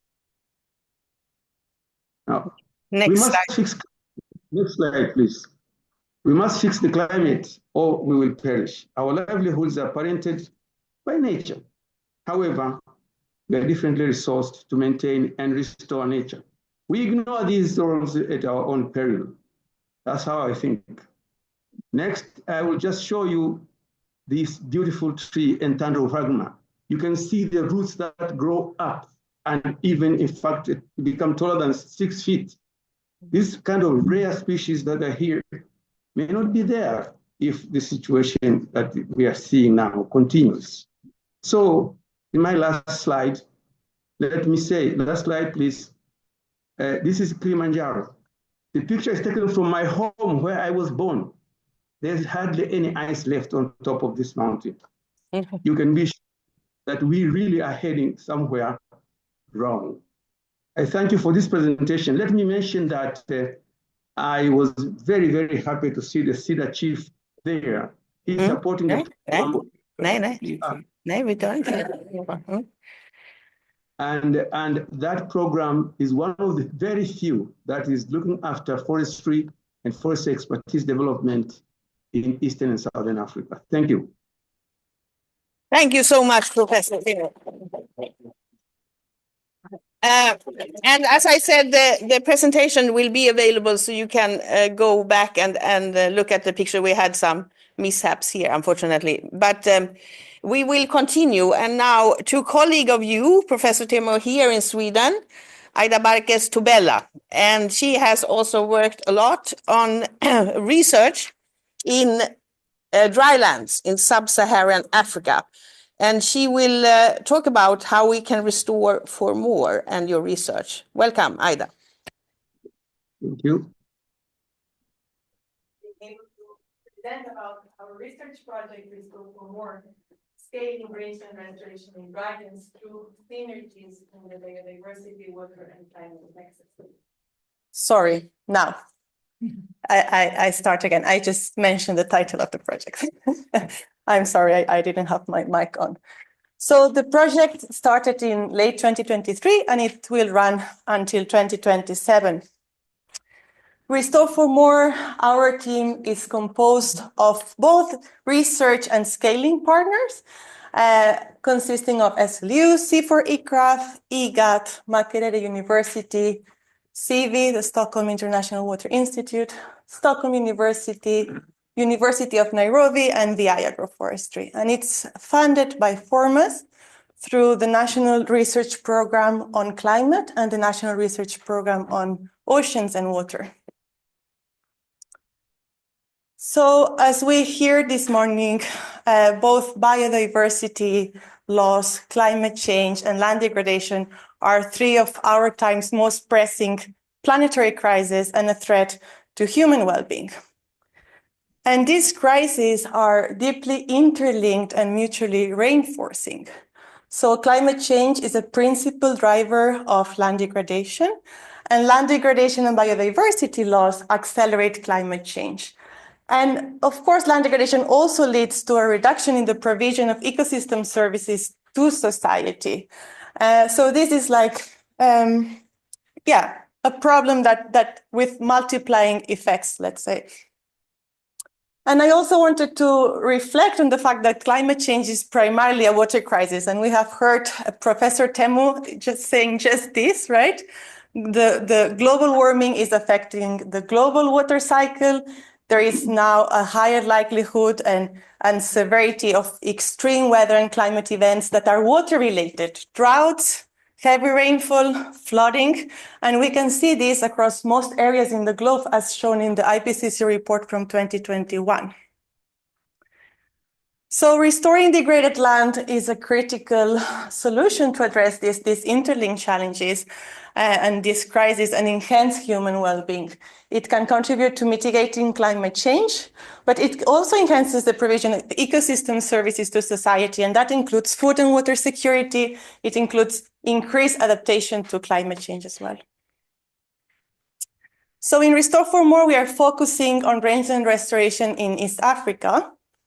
And I will start a little bit with a background about rangelands. And we have heard also from Murali about the importance of rangelands. Rangelands cover more or less 50% of the global land area, primarily located in drylands. They support over 2 billion people and 50% of the world's livestock. And they harbor high levels of biodiversity, including large mammals, and provide vital ecosystem services. But as we have heard this morning as well, many of these rangelands are facing significant degradation, which is threatening the livelihoods of many and also their well-being, and in particular of pastoralists who rely on these rangeland systems. So I also wanted to just let me go back. Rangelands are extremely important, but if we look at previous restoration efforts and initiatives, and particularly also if we look into research, we see that most of the focus has been on forest restoration until the moment. So the focus has been mostly in the global north and on forest.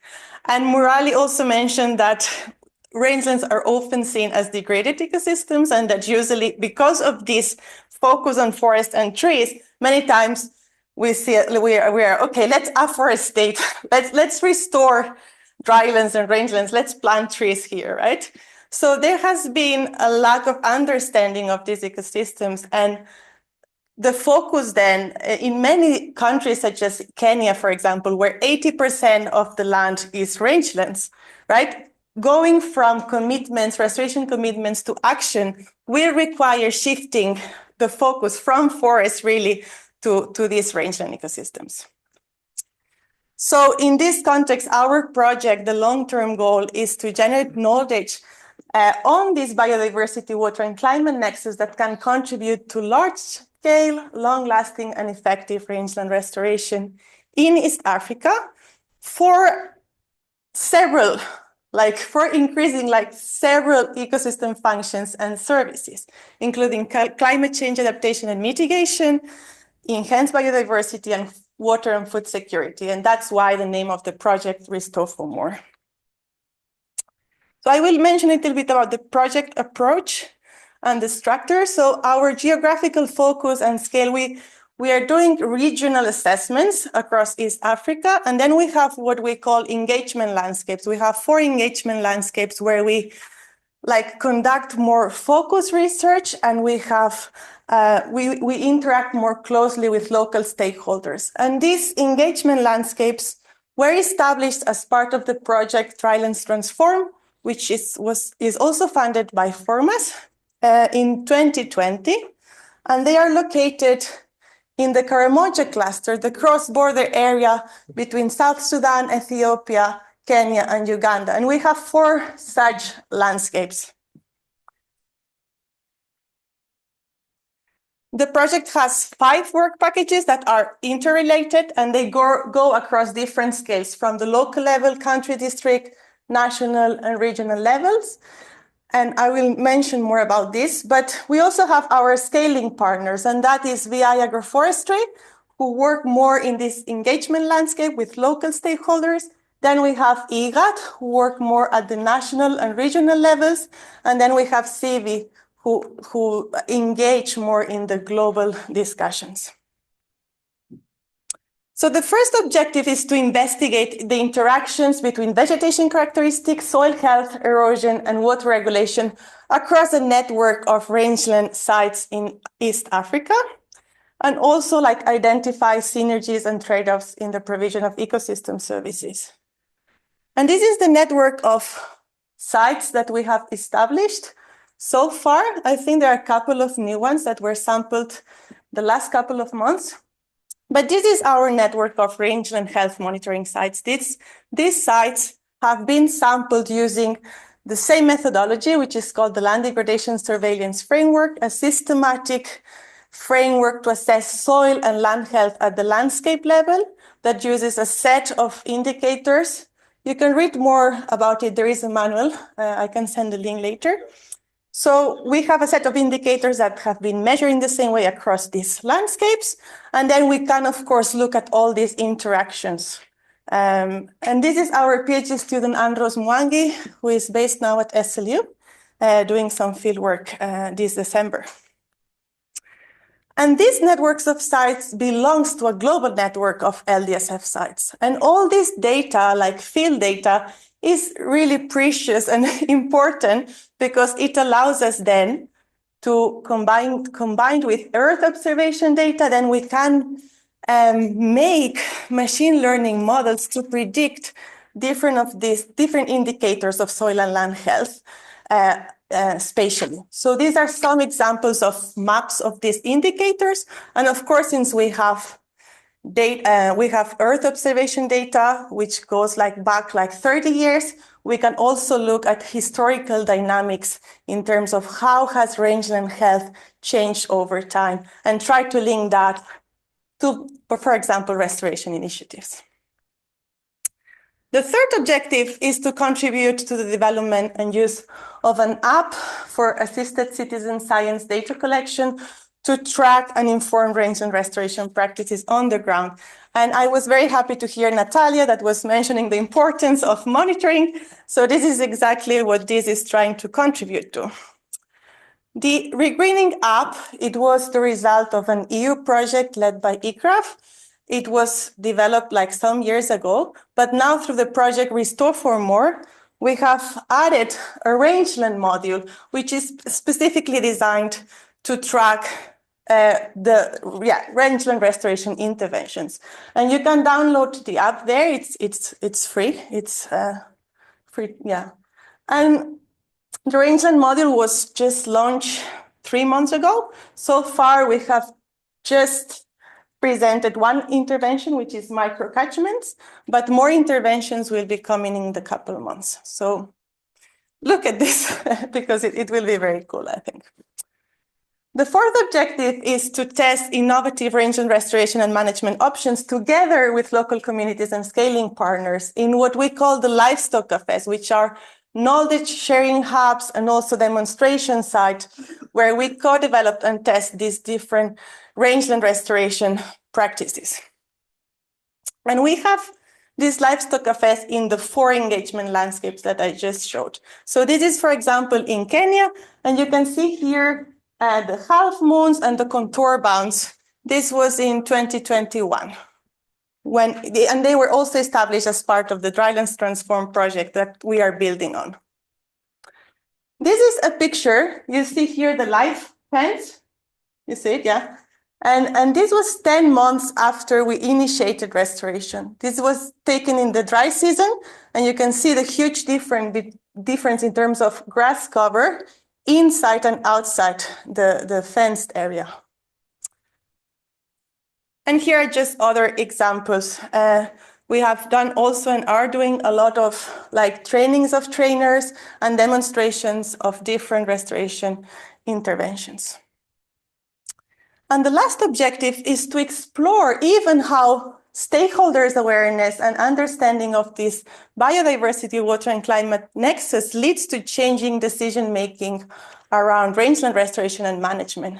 And we are now conducting an experiment, a photo voice experiment, to understand the perceptions of rangeland health and rangeland degradation and what has led to that. So with that, I would like to thank you very much. And you can look at our webpage or send me an email if you are interested in hearing more about this. Thanks.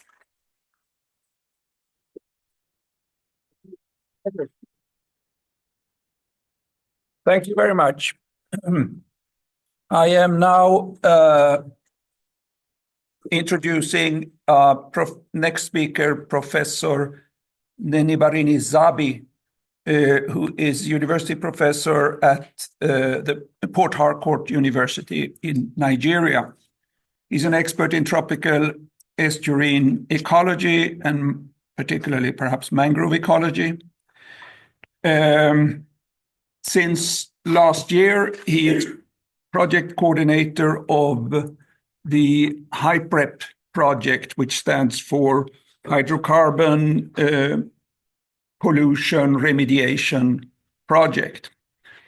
It is with mangrove restoration, and it's probably the world's largest mangrove replanting project. It's millions of plants that have been planted and are planned to and will be planted. But that's only a small part of what he's doing in this project, in fact. HYPREP is also has the task of cleaning up millions of tons of oil-contaminated soil, which is ongoing.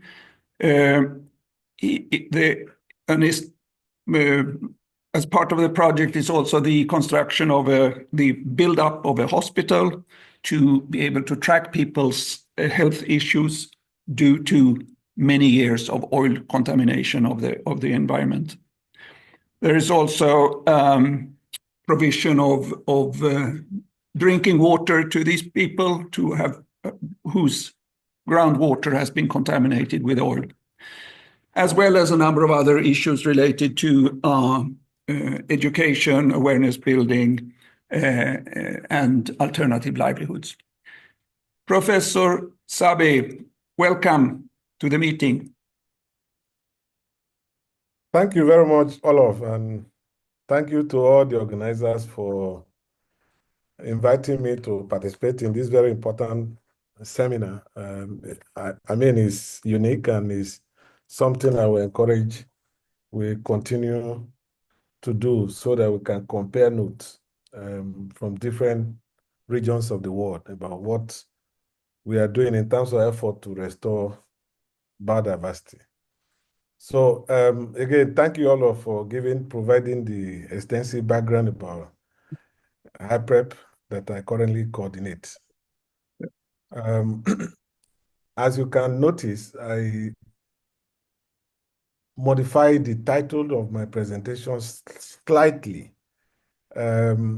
So I changed it to the largest restoration of oil-degraded mangrove program in the world. Yeah, that may be true.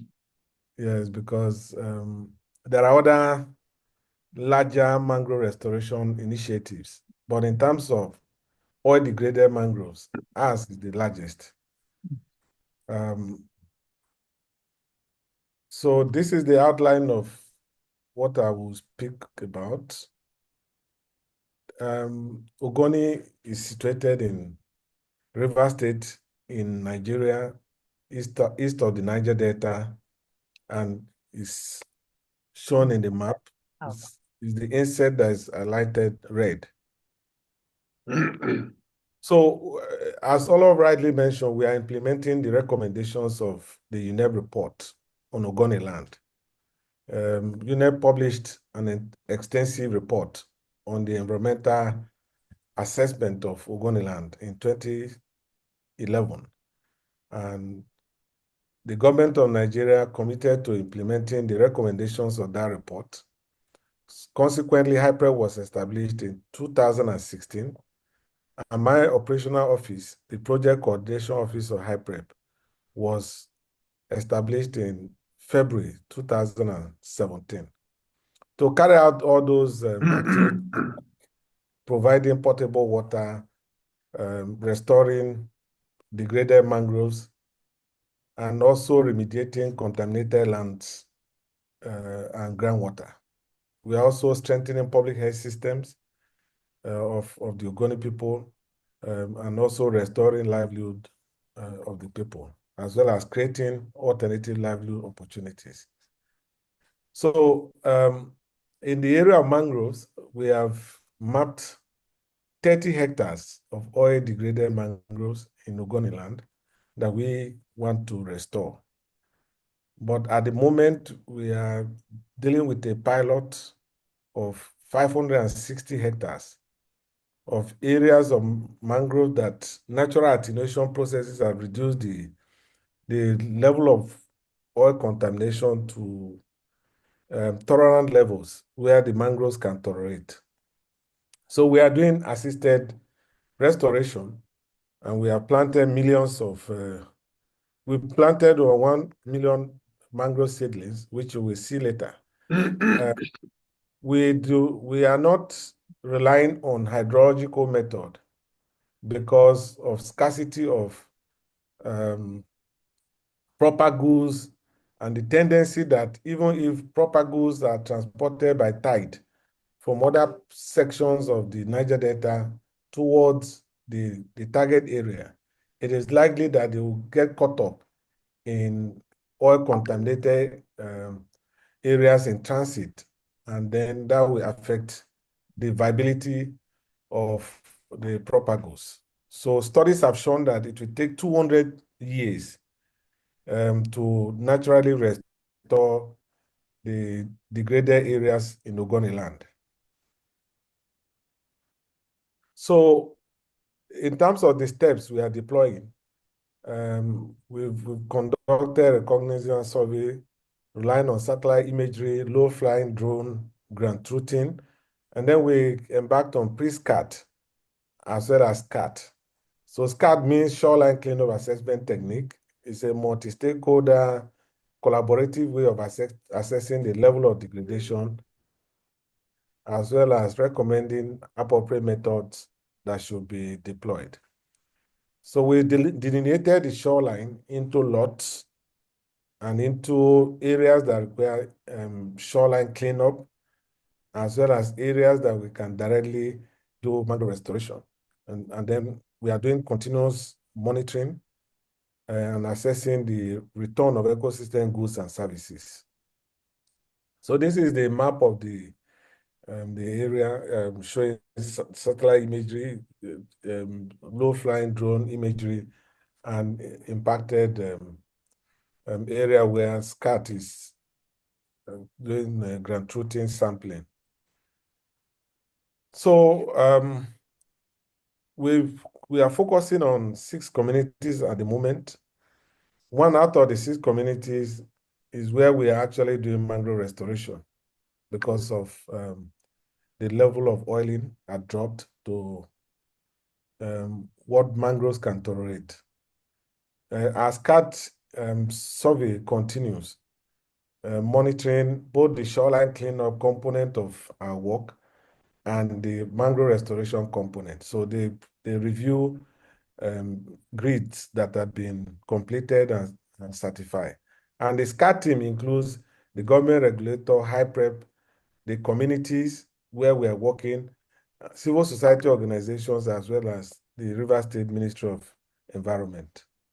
So it builds confidence, and that is why the technique is very useful to us contextually.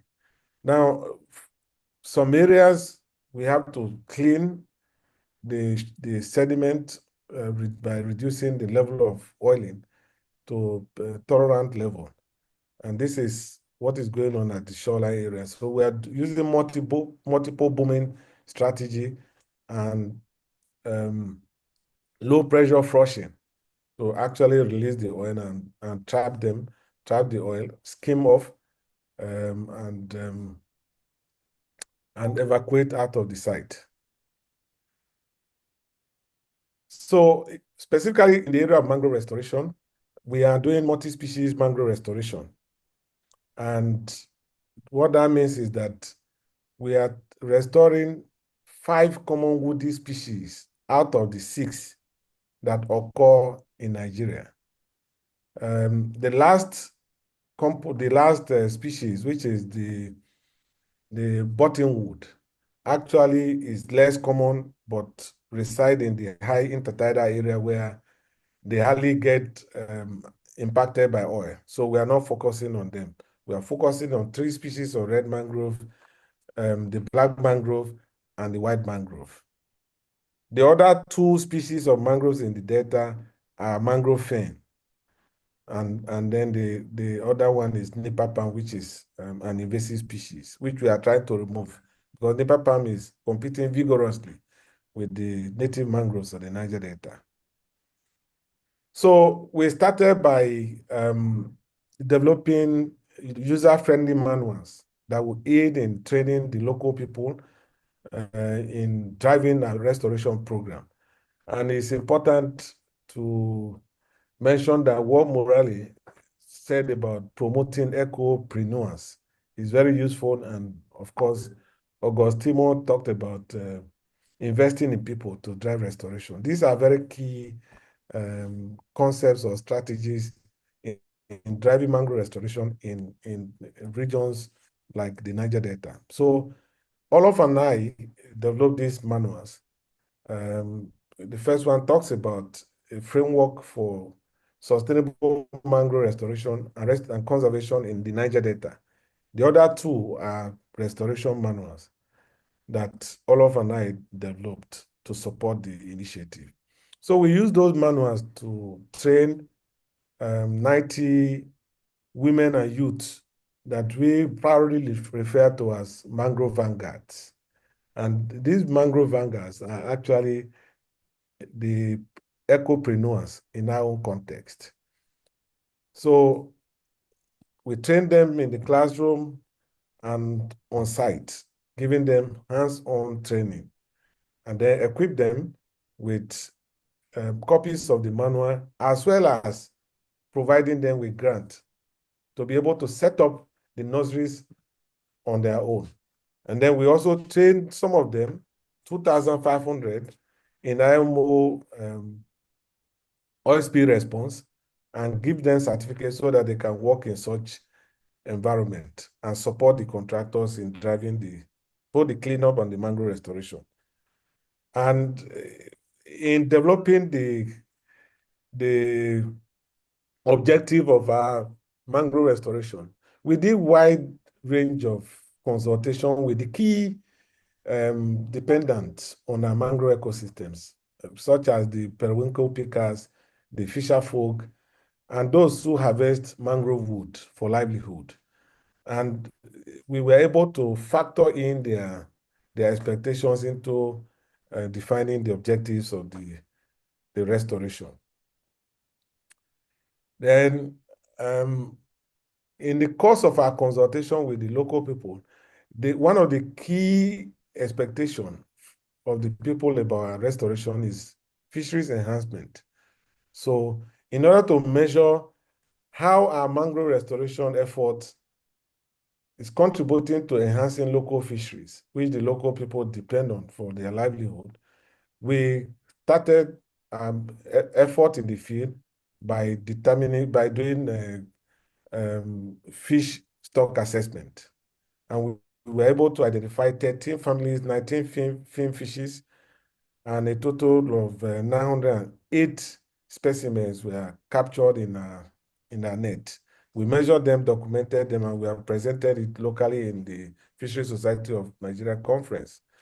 That serves as a pre-restoration baseline with which we are going to compare our post-restoration data with and that will also aid in comparing subsequent assessment that will be done on the relationship between fisheries and the return of ecosystem services, especially the fish production component over time.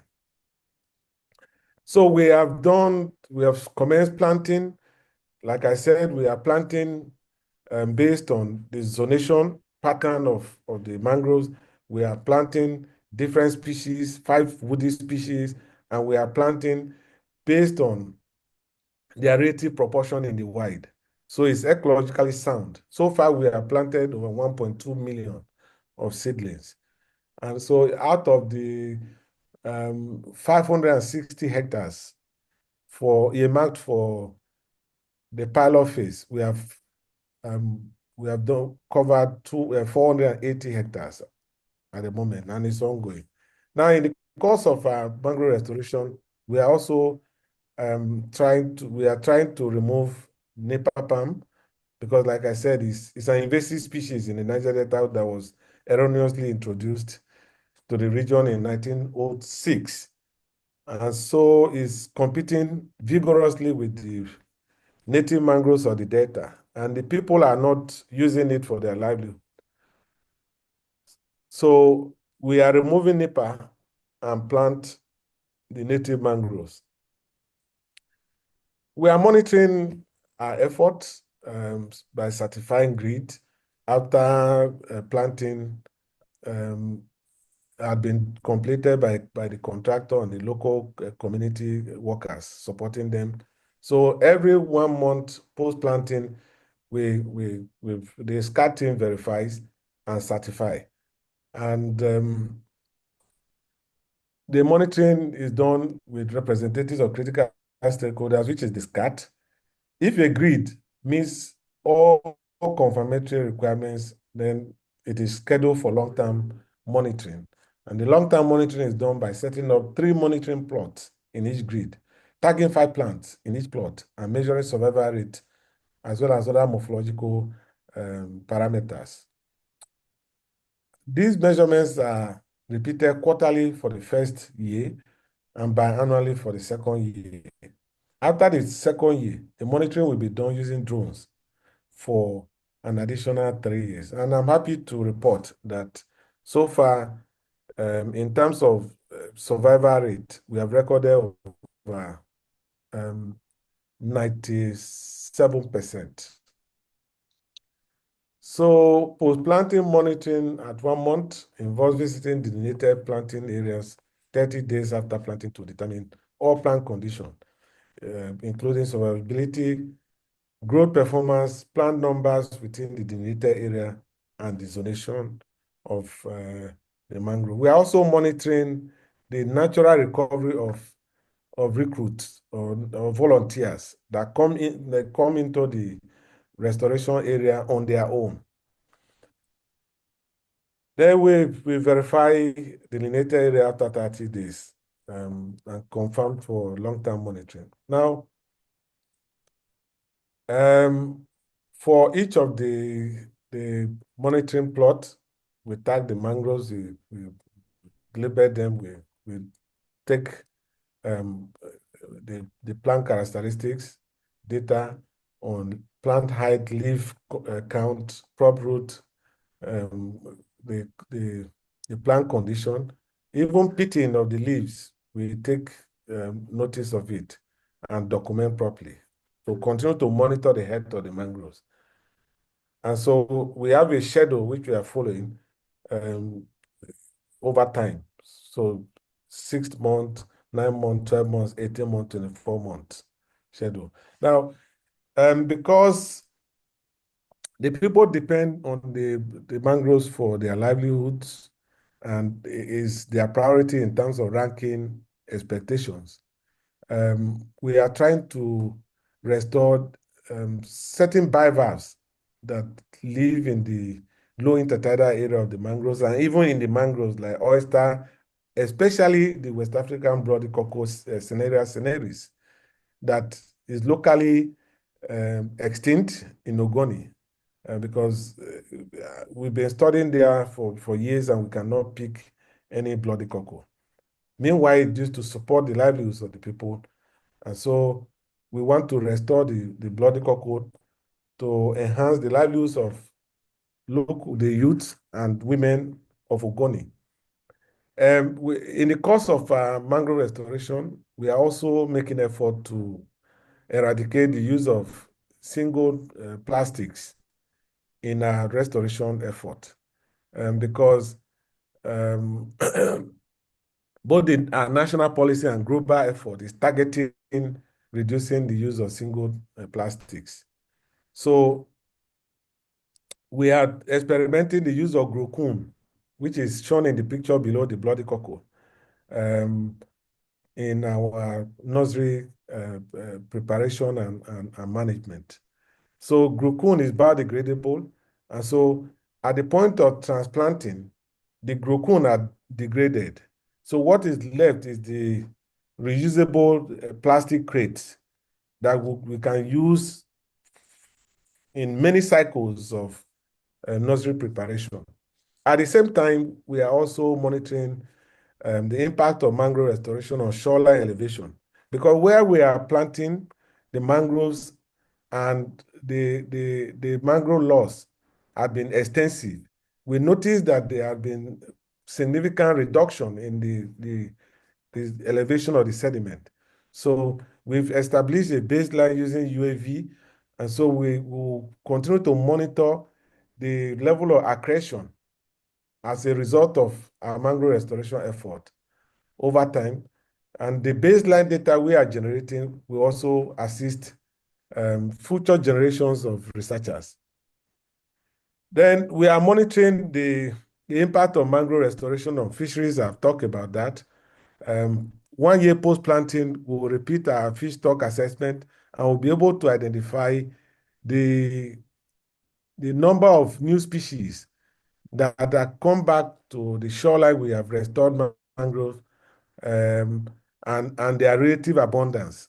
And with that, we will be able to establish empirically the level of fisheries enhancement our mangrove restoration effort has contributed. At the same time, we are making effort to commence carbon stock quantification. So both above ground. Can we try to round up a bit? Yes, yeah. I'm done. This is the last slide. Both above ground and below ground carbon stock. See how we can link the communities to carbon credit, and that will help in sustaining the mangroves we are restoring, because it will reduce the harvesting.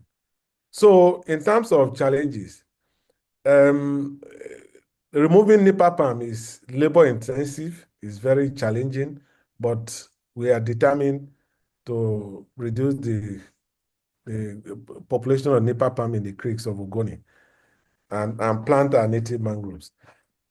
Now, it is interesting to note that even if training the local people that we refer to as vanguards, is investing in the people, promoting ecopreneurs, because of the impact of our training, the 90 ecopreneurs or vanguards have in turn trained over 200 family members who also set up their nurseries. So while we were expecting that we will plant 1.5 million seedlings this phase of our mangrove restoration, the vanguards, 90 vanguards that we trained, and their family members that they have in turn trained, actually produced over 5 million seedlings.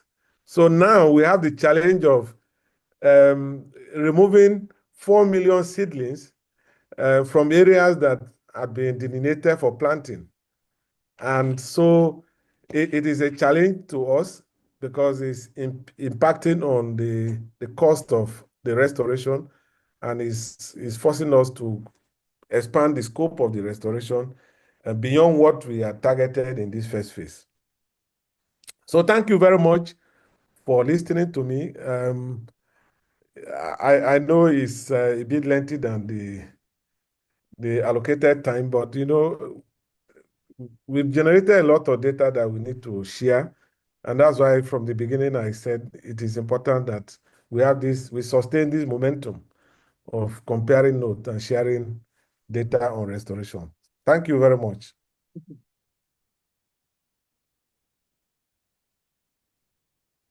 Thank you, Professor Sabi. Thank you very much. Now we move further in the program and to the last item, in fact, and we are also moving out into the water. Professor Johan Hölander is a professor of marine environmental science he was at Lund University, and he is now at the World Maritime University based in Malmö. He's also director of the PhD program at the university. Johan and I have spent some time together, often more underwater than above, in fact. So he's a keen diver, as I am. Thank you. Welcome, Johan.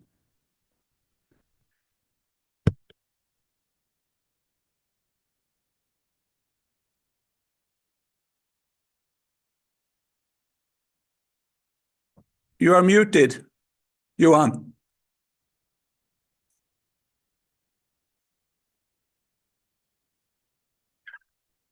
Johan.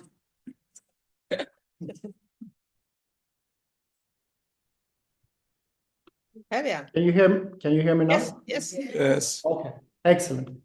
So I said that it was very interesting to listen to all the talks before me, and I would like to thank the organizer for giving me the chance to present my research. So we will stay in the ocean and we will stay along the coast, but we will focus on seagrass beds because we're working with restorations program to restore these important habitats, I would say. So something short about seagrasses. This is flowering vascular plants. They form dense underwater meadows, which are among the most productive ecosystems in the world. And we have about 60 marine species today. And seagrass meadows you find in shallow waters along the coastlines, not very often close to mangroves that we just heard about. And you should not mix them up with algae. Seagrasses you find in soft sediments because they have roots, just like any other grass or tree and so on. So they have the roots and anchor themselves into this soft sediment. Seagrasses provide a large number of ecosystem services, and one is they improve biodiversity. So seagrass meadows are nurseries for many fish species, and of course also this fish species food. And many of these fish species are important, economically important fish species. So if we losing seagrass meadows, we also risk to lose a lot of these fish stocks that we like to fish. Most of you probably heard about blue carbon. This is also a very important ecosystem service that seagrasses provide. They are extremely effective to sequester carbon down into the sediment, which is another ecosystem service that we lose if we're losing seagrasses. We also learned that they can mitigate against coastal erosion. The roots that we just talked about and the rhizomes not just anchor themselves, but also stabilize the sediment itself. And research has also shown that the leaves above the sediment can reduce currents and wave action up to 40%.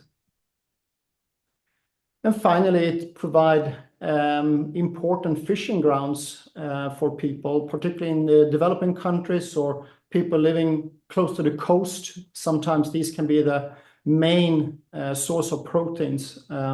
So a lot of artisanal fishing is going on in these areas. Unfortunately, there is a number of threats to seagrasses, and one is mechanical threat. And I think this is a photo from south of England. All the dark part you can see here is the seagrass meadow, and you can imagine each boat here has an anchor and a chain. And you can see that with the wind, the anchor or the chain is moving, so destroying this meadow more and more. We also have a lot of coastal activities that goes on, and also destructive fishing methods that are big threats to seagrasses. Seagrasses are primary producers. They need their sunlight to photosynthesize. So activities like in the left photo here, if you have make the water more murky, it would be difficult for these seagrasses to survive. And also fishing methods like dynamite fishing, cyanide fishing, fishing with nets that you pulling along the bottom is also can remove the seagrass meadows. It was also for some time popular for hotel owners to remove seagrass meadows. Seagrasses tends to shade their leaves and be flushed up on the beach. And when these hotel guests coming down to and it's supposed to be a pristine white beach when they're going to have their first jump in the sea, the hotel owners didn't want to see anything on the beach and no seagrass leaves. So it was popular for some time to remove the seagrass meadows outside hotel complexes like this. But they learned very quickly that, as I said before, that these meadows also stabilize the sediment. So that was a very high risk, like we can see here, that after a few years, after they removed seagrass meadows, the beach was also gone. So when we talk to them, nowadays it's quite easy to for them to understand the importance of these meadows. So we have 3 projects. This is the threat of seagrasses and the removal of seagrass meadows is a global problem. So we have 3 projects, 1 in the southern part of Sweden and 2 in the Western Indian Ocean, 1 in Mozambique, Tanzania, and Zanzibar, and an ongoing one in Mauritius, where we're trying to understand and learn the best practice, how to do these seagrass restorations. And it's, we can probably skip this one. So a restoration you can do with different type of techniques. You can use seeds, which we haven't gone into, but we're working with transplant restorations, where we're finding a large, healthy meadow and collecting full-grown shoots that we're then transplanting elsewhere where we want to build up a new meadow.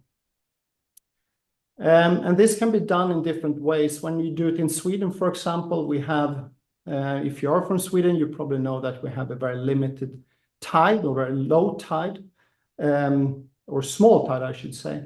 So here it's quite complicated. You need equipment, diving equipment to do the restoration, which is quite costly, both in time and money. If you do it in Mozambique, on the other hand, you have a very strong tide, so you can simply walk out there in low tide and do your restorations. And the techniques we've been using and tried out to see where we can find the best or the highest survival rate is either to plant single shoots like this and try to anchor them with some tool, or like to the right here, you're taking a plug, a core of many shoots, and you're also taking some part of the sediment with you. We have learned so far that there's no technique that is better than the other. It's very site specific. So for example, in Sweden, the single shoot methodology is much better, but when we're coming to places in like in Mauritius, we see that the plug method is better, but it comes with some other challenging them, because logistic to move all this sediment can be quite heavy and labor intensive. Here's just a few photos from when we're doing this restoration. This is from a colleague from Mozambique planting single shoots. And this is an aerial view of from Mozambique, where you can see how we're building up a meadow. And we like to build it frame by frame, like you can see here. So it's easy to find back, and we can also divide these frames in different type of techniques to understand better which methodology is working best. So in short, these restorations allow us to save, of course, important coastal habitats, but also to study biodiversity and to study ecosystem function. The actual work starts when the restoration is done, because then the focus is to understand better how function of an ecosystem is evolving.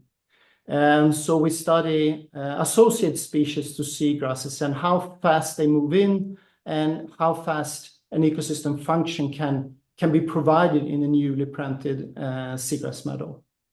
But also, of course, if the function is there, then we could hope for that these ecosystem services is also evolving.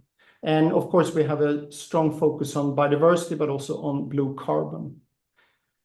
But we also have a socio-economic focus, and we're looking at these kind of effects. So part of this project, we also study and interview coastal people that in some way are related to this ecosystem, and also decision makers about their needs and perceptions about seagrasses, coastal erosion, for example, and also a different type of ecosystem services. And this seagrass project has been a very good platform for us to get into ocean literacy, for example. So we're working with an NGO in Mauritius that you can see it on the photo here, the Bis la Mer, a bus that goes around the island and visiting hotels, visiting schools, and excite about the oceans and inform about the oceans. But it's also been a very good platform to introduce citizen science. This is a very low-tech project in some part, particularly the restoration part. So it's been a good way to involve non-experts to these restorations. So both these parts have been we've been using seagrasses to get into these two parts. So thank you.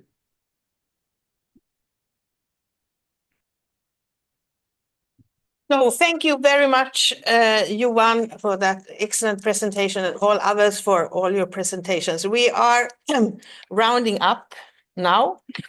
You have sent in a lot of questions. We will continue a conversation here, but we will I will let Anders say some concluding remarks, and we'll close down the webinar and continue a dialogue here. Yeah. So. Well, okay, thank you. And thank you to all of you for participating in this webinar. In retrospect, I guess we have maybe put on a little bit too much content on the program because we have not allowed you to ask your questions the way we planned for. I think we all agree that land restoration is a very important issue. There are many initiatives ongoing at the UN level, at the G20 level, of course at the Biodiversity Convention level in Europe, and also engaging many academics and many civil society organizations. And we have been exposed to a number of different types of projects, rangelands, projects at the coast, mangroves, seagrass. We also have been exposed to the problems of human settlements, in particular with regard to water and water management. There have been, I think, we were not exposed to mining, but it was commented to that mining, of course, is an area where we have challenges. it seems that it's very, very important to have a good scientific base for anything you do, whether it's rangelands, seagrass, or mangroves. You need to understand the interactions of different elements in the ecosystem, including, of course, local populations. It seems as if there are lacks in terms of competencies. One of the first speakers alluded to that they were having discussions with universities, try to broaden curricula so that people coming out as graduates also understand better how to restore land. Another thing I picked up is that tree planting is not necessarily always positive. It depends on where you plant trees and how you plant trees. I was very curious about the rangeland presentation. I followed Alan Savory for many years, and I would have been interested to know more about how you manage the cattle. But maybe we can talk about that later. I also think it was important to understand that there are efforts for cooperation between the Climate Convention and the Biodiversity Convention, because it's obvious that there are so many aspects here where they should be interlinked. Just look at blue carbon, for instance, whether we talk about mangroves or we talk about seagrass. So an integration of those efforts would be very important. So the question is, how do we multiply these kind of activities? How do we finance them? What is the role of international development assistance? Right now, we are in a crazy situation with the USAID maybe being closed down, or at least being moved to the margin. So that will, of course, take up a lot of time, but it seems to be very important to analyze how development cooperation can play an increasing role. I think investment guarantees is one of the tools to be used. I was on the board of SIDA for a number of years, and I learned a lot about the investment guarantees.